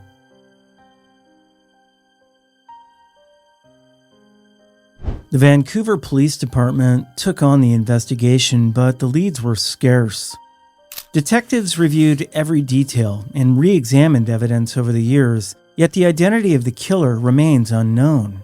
In 2014, the cases were added to the VPD's Cold Cases website in a renewed appeal for information, though no substantial tips surfaced.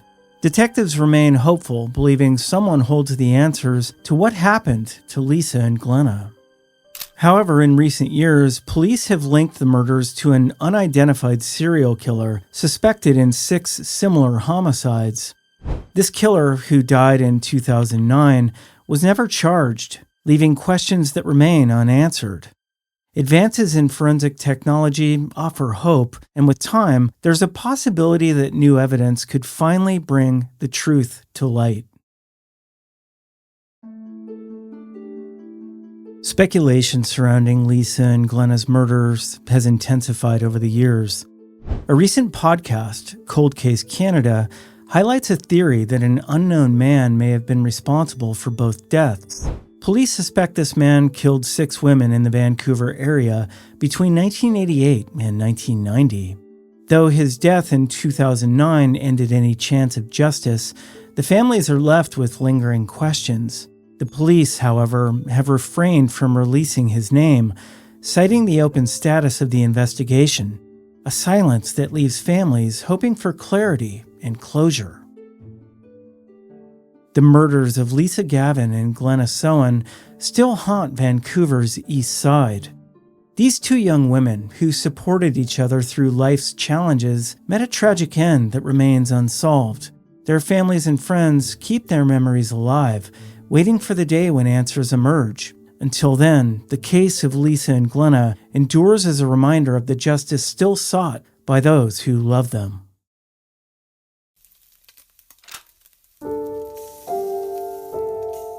In the quiet town of New Liskeard, Ontario, a lasting mystery has haunted its streets for nearly 3 decades. On the night of September 28, 1996, 15-year-old Melanie Etier set out on a short walk home, a path she'd taken many times before, but she never arrived. As the years have passed, Melanie's case remains unsolved, with few clues and countless questions. What happened to this young girl on that fateful night?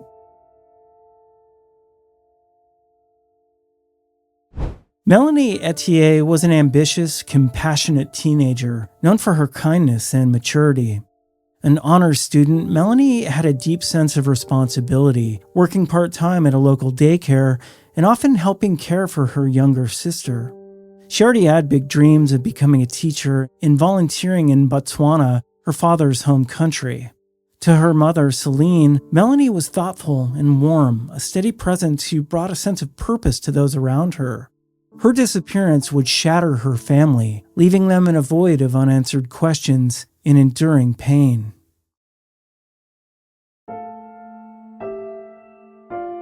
On September 28, 1996, Melanie spent her Saturday night with friends in New Liskeard. The group had rented the movie Sudden Death.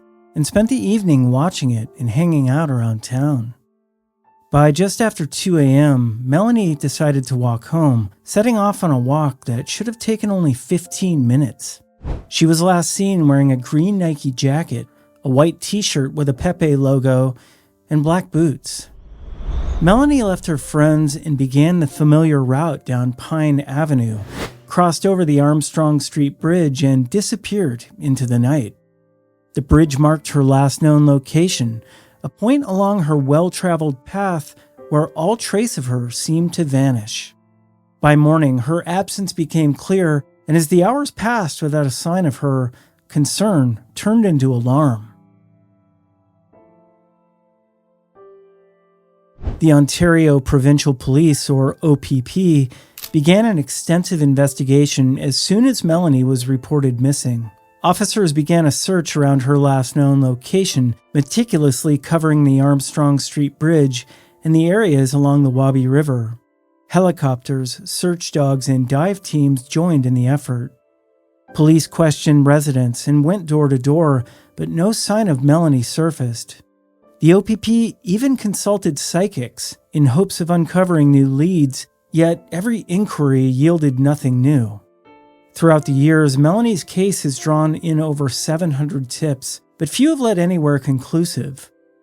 Witnesses reported a suspicious vehicle, a light-colored car, possibly a Chevrolet Monte Carlo or Ford Tempo, seen slowly moving along the bridge that night with its headlights off. This detail remains one of the few haunting leads, though it's never been definitively linked to her disappearance. One prevailing idea is that Melanie encountered someone she knew, and that her disappearance was the result of a tragic miscalculation of trust. Others suggest that she may have been the victim of a stranger, possibly someone passing through along the nearby Trans-Canada Highway. But with no hard evidence, these theories remain speculative. Melanie's case also coincided with known predators in the region, leading some to wonder if she may have crossed paths with one. Additionally, whispers of a potential accident, perhaps involving an impaired driver who hit her body in panic, continue to linger, although no evidence has emerged to support this theory. Each possibility has been pursued, yet each has led investigators to frustrating dead ends. The disappearance of Melanie Etier remains one of Ontario's most haunted unsolved cases. Recently, the OPP pursued a tip, leading them to search La Roque Field, a densely wooded area near North Cobalt. Despite their efforts, the search offered no answers, but authorities hold out hope for a breakthrough. Today, a $50,000 reward stands for anyone with information that could bring resolution to Melanie's case. She'd be 43 years old now, and her mother, Celine, has never stopped fighting to find out what happened to her daughter. With each year, Melanie's memory endures, kept alive by the hope that one day, someone will come forward with the truth.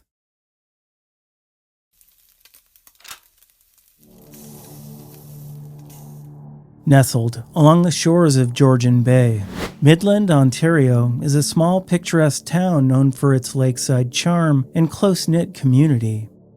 But on Halloween night in 1998, the town was rocked by a mystery that would haunt its residents for decades. Jake Just, an 18-year-old known for his adventurous spirit and friendly demeanor, vanished without a trace, leaving his family searching for answers in a case that remained shrouded in mystery. Jake Just was a well-liked young man with a magnetic personality. Known for his warmth, loyalty, and natural curiosity, Jake was a Midland teenager through and through. Standing 6 foot 2 inches tall and weighing 170 pounds, he was athletic and confident, with an adventurous streak that made him popular among friends.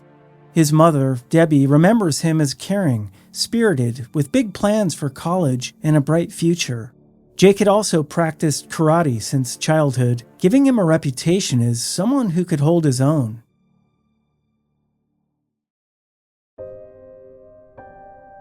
On October 30th, 1998, Jake attended a Halloween party with friends in Midland's Sunnyside neighborhood. The night was filled with the usual antics, and by all accounts, Jake was in high spirits, maybe, perhaps enjoying the night a little too much. Witnesses recall that he broke a bottle over his head during the festivities, sustaining a minor injury but brushing it off as he continued to enjoy the evening. Around midnight, Jake and a friend decided it was time to leave.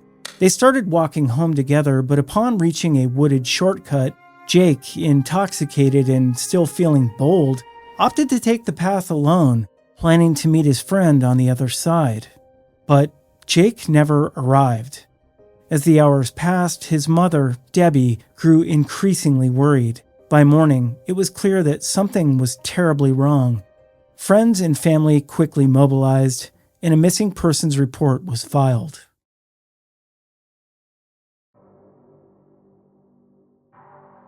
The local police, and later the Ontario Provincial Police, OPP, launched an exhaustive search, combing through the woods Jake had entered. Over 8 days, volunteers, family members, and friends scoured the area. Police brought in helicopters with thermal imaging, search dogs, and divers to explore nearby marshes, but not a single trace of Jake or his belongings surfaced, not even the black knapsack he'd been carrying that night. The complete lack of evidence left investigators and family alike wondering if Jake had ever made it through those woods at all. Additionally, the investigation turned up conflicting accounts from partygoers. Some witnesses mentioned that Jake may have had a heated exchange before leaving, fueling suspicions of foul play. Others speculated that he might have been followed or chased into the woods, but with no evidence of a struggle and no conclusive leads, every theory raised only more questions.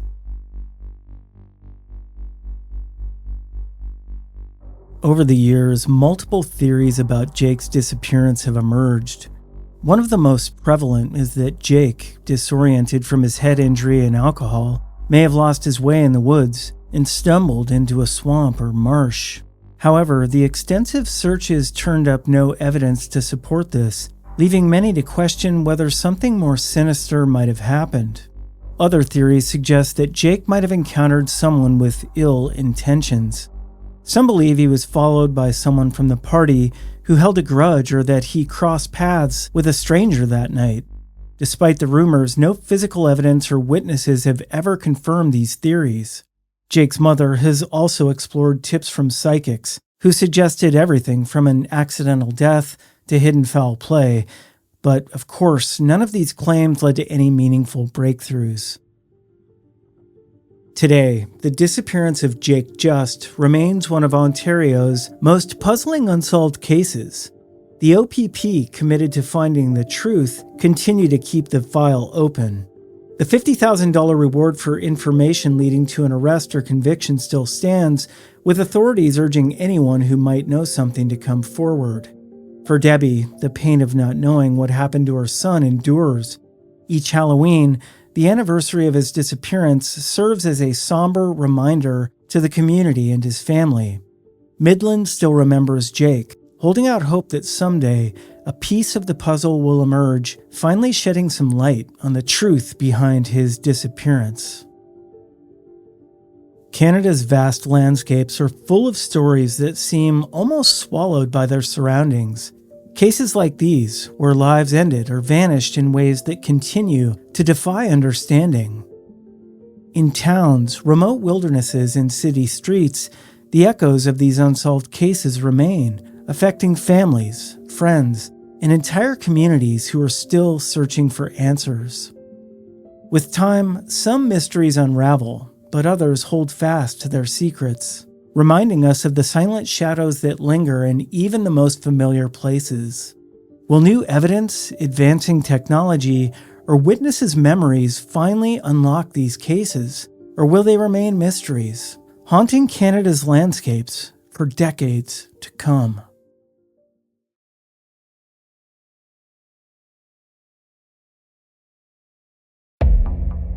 The Woodpecker Rest Area sits like a forgotten way station along Highway 97, just south of Prince George, British Columbia. On most days, it's nothing more than a brief respite for weary travelers, a place to stretch legs, walk the dog, maybe take care of business before continuing north into the Canadian wilderness. But on the evening of September 10th, 2001, this quiet roadside stop would become the scene of one of the most brutal and senseless murders in British Columbia's history. James Curtis Hamrick never saw it coming. The 74-year-old World War II vet was simply taking a break behind his truck when the first hammer blow struck, then another, and another. What happened next would launch a manhunt spanning 2 countries, involve multiple murders, and take nearly a quarter century to resolve. This is the story of Highway 97, a killer's confession, and the long road to justice. This is Northern Crimes.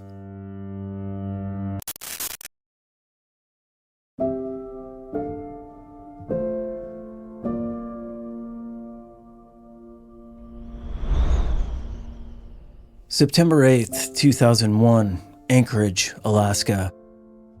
James Hamrick was a man with a plan. At 74 years old, the retired welder and World War II vet had decided it was time to leave the harsh Alaskan winters behind. His destination, Arizona, where he hoped the warm, dry climate might help with his back problems. He'd even scheduled a surgery there, a procedure he hoped would give him relief from years of chronic pain. Hamrick wasn't traveling light. His pickup truck pulled a utility trailer loaded with his belongings, the accumulated possessions of a life well lived. In the passenger seat sat his beloved companion, a small poodle named Muffy. For a man his age, this was an ambitious journey, but Hamrick was determined to make a fresh start. The route south would take him through some of the most remote and beautiful areas in North America, through the Yukon Territory, down through northern British Columbia, and eventually into the lower 48 states. It was a journey that should have been fun, scenic, and peaceful. But in the small town of Tok, Alaska, Hamrick's journey took an unexpected turn.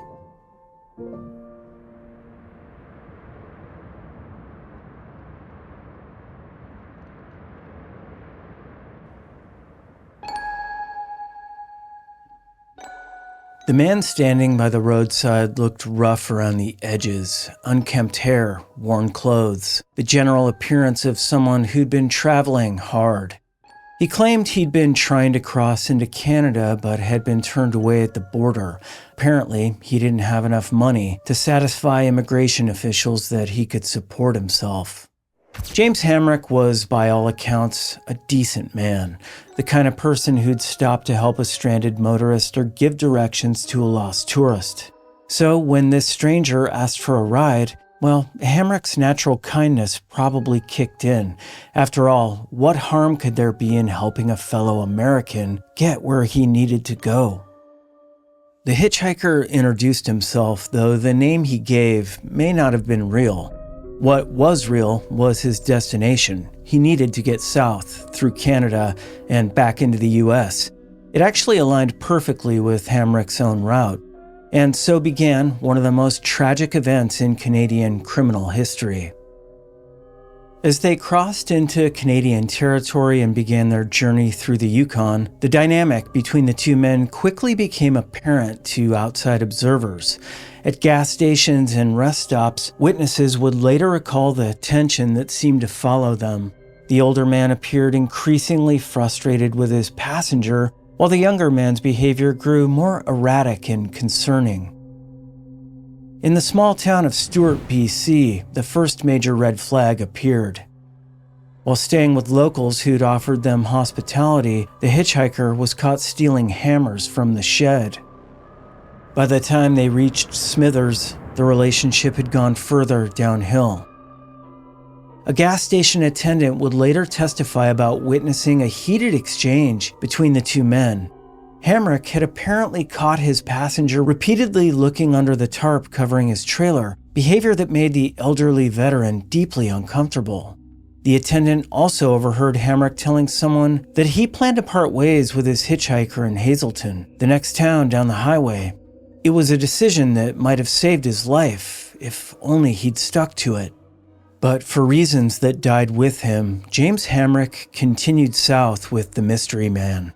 Perhaps the hitchhiker convinced him to continue. Perhaps Hamrick's innate kindness made it difficult for him to abandon someone.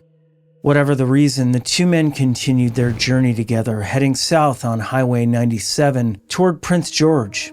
They had no way of knowing that the next day, September 11th, 2001, would bring terrorist attacks that would change the world forever. But before that global tragedy unfolded, a much more personal horror was about to occur at a lonely rest stop in the British Columbia wilderness.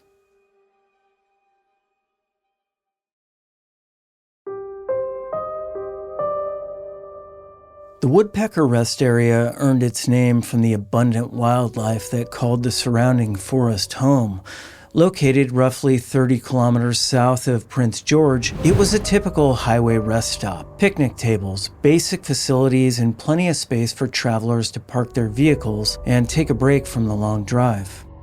On the evening of September 10th, 2001, James Hamrick pulled his truck and trailer into the rest area. It had been a long day of driving. The area was quiet, peaceful, with the kind of serene atmosphere that made it popular with travelers looking to escape the noise and stress of highway driving. What happened next would be reconstructed later through physical evidence, witness testimony, and eventually a detailed confession. But in those final moments, James Hamrick was alone with a man whose true nature was about to reveal itself in the most horrific way possible. The attack began when Hamrick stepped away from his vehicle to relieve himself. It was a moment of vulnerability that his companion had apparently been waiting for. The first blow came from behind. A hammer swung with brutal force against the elderly man's skull. But James Hamrick was tougher than his attacker had anticipated. Despite his age, despite the surprise of the assault, the World War II veteran fought back. He'd survived combat in the Pacific Theater. He wasn't going down without a fight. The struggle that followed was brief but vicious. More hammer blows rained down as Hamrick tried to defend himself. Then came the bear spray, burning his eyes and throat, making it impossible to see or breathe properly. Finally, a bungee cord was wrapped around his neck as his attacker attempted to strangle him. When it was over, James Hamrick lay dead in the gravel of the rest area. His killer quickly rifled through his belongings, taking several $100s in cash and a 2-ounce gold bar. Strangely, he left behind items of far greater value. Hamrick's expensive Rolex watch and his Masonic ring remained untouched.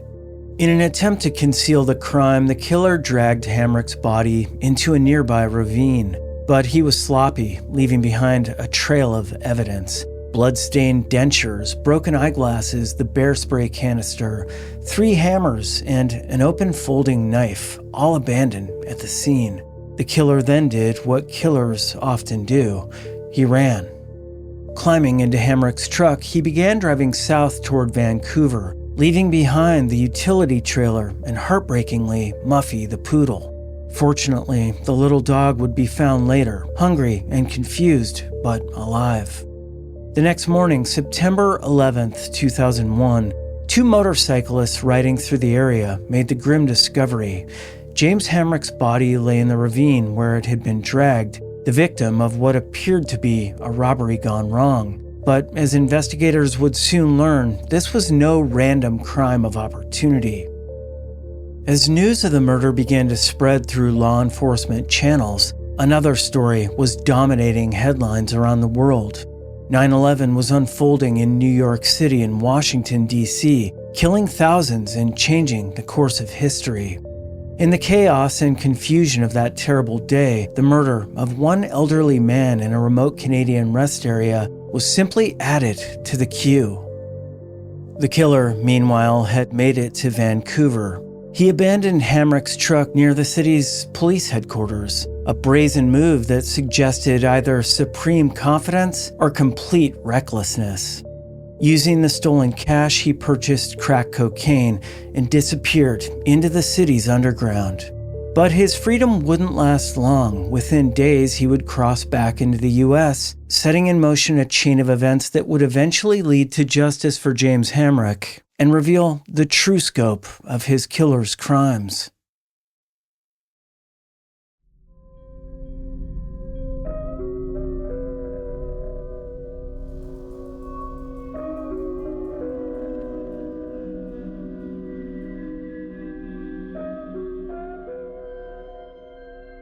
October 18th, 2001, Sacramento, California. James Daniel Morgan walked into the Sacramento police station and turned himself in. Not for murder, at least not initially. Morgan was violating his parole, and he knew it. Better to face the consequences voluntarily than be hunted down and arrested. At 40 years old, Morgan was no stranger to the criminal justice system. In fact, he had a long history of petty crimes, drug offenses, and parole violations. But to the Sacramento police, he was just another person looking to clear up some outstanding warrants. But Morgan was carrying a much heavier burden than anyone realized. For months after walking into the station, Morgan sat in jail saying nothing about what had happened at the Woodpecker Rest Area. Meanwhile, hundreds of miles north, RCMP investigators were working tirelessly to solve James Hamrick's murder. They had physical evidence, they had witness statements from the journey south, and they had DNA recovered from the abandoned truck in Vancouver. But what they didn't have was a suspect. The breakthrough finally came in January 2002 when FBI and RCMP investigators sat down with Morgan for what they thought would be a routine interview about his activities in Canada. What they got instead was a confession that would shock even seasoned law enforcement officers. Morgan didn't just admit to killing James Hamrick. He provided details that only the killer could have known. The specific weapons used, the sequence of the attack, the items stolen from the victim. But even more shocking was what came next. The Hamrick murder, Morgan revealed, wasn't his first killing.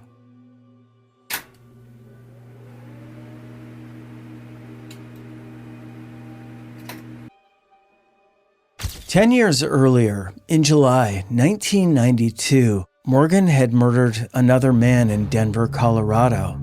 Benjamin Zesh, 61 years old, had been found dead in a motel room, stabbed in the neck and strangled with a necktie. The killing had been part of a series of attacks targeting gay men in Denver during the early 1990s, and it had remained unsolved for a decade. Morgan described the Denver killing in chilling detail, calling it a sexual crime, and providing information that only the perpetrator could have known.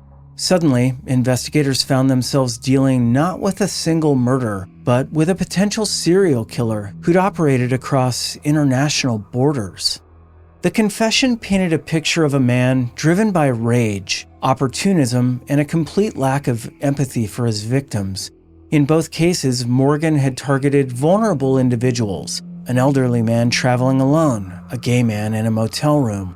Both victims had been brutally murdered for minimal financial gain. But why had Morgan chosen to confess? Some investigators believed it was guilt, that the weight of the crimes had finally become too much to bear.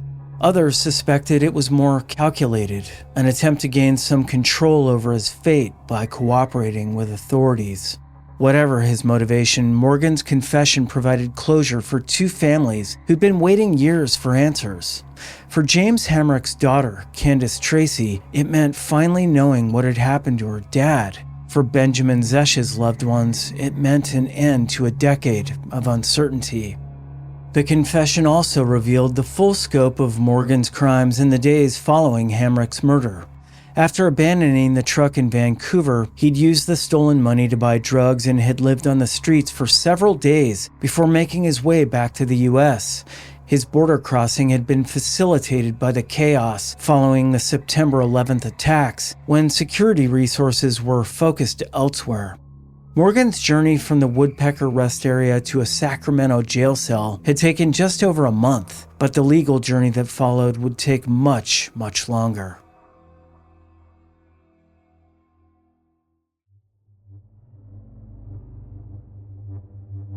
The wheels of justice, as they say, turn slowly, and in Morgan's case, well, they would turn for more than 2 decades.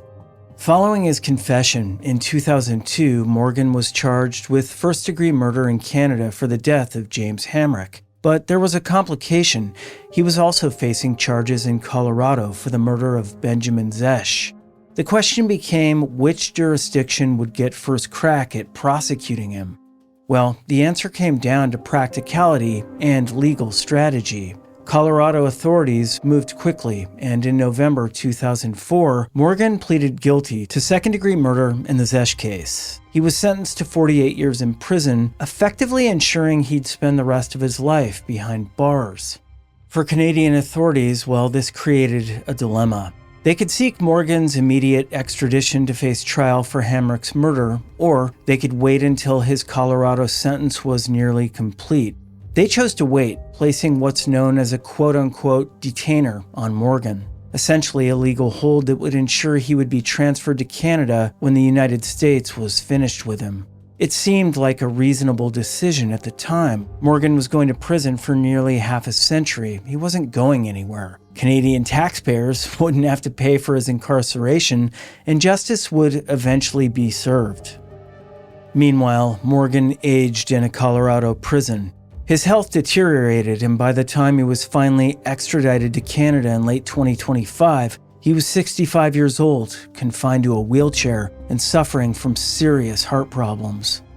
The delay also meant that the legal landscape had changed significantly. What might have been a straightforward murder prosecution in 2002 became a complex negotiation involving international law, extradition treaties, and questions about the fairness of prosecuting someone for a crime committed more than 2 decades earlier. When Morgan finally appeared in a Prince George courtroom in January 2026, he was a shadow of the man who'd committed the brutal murder at the Woodpecker Rest Area. The question facing Justice Ronald Tyndale wasn't whether Morgan was guilty. I mean, his confession had established that beyond any doubt. The question was what constituted appropriate punishment for a crime committed so long ago by a man who was already serving what amounted to a life sentence. Well, the answer would surprise almost everyone.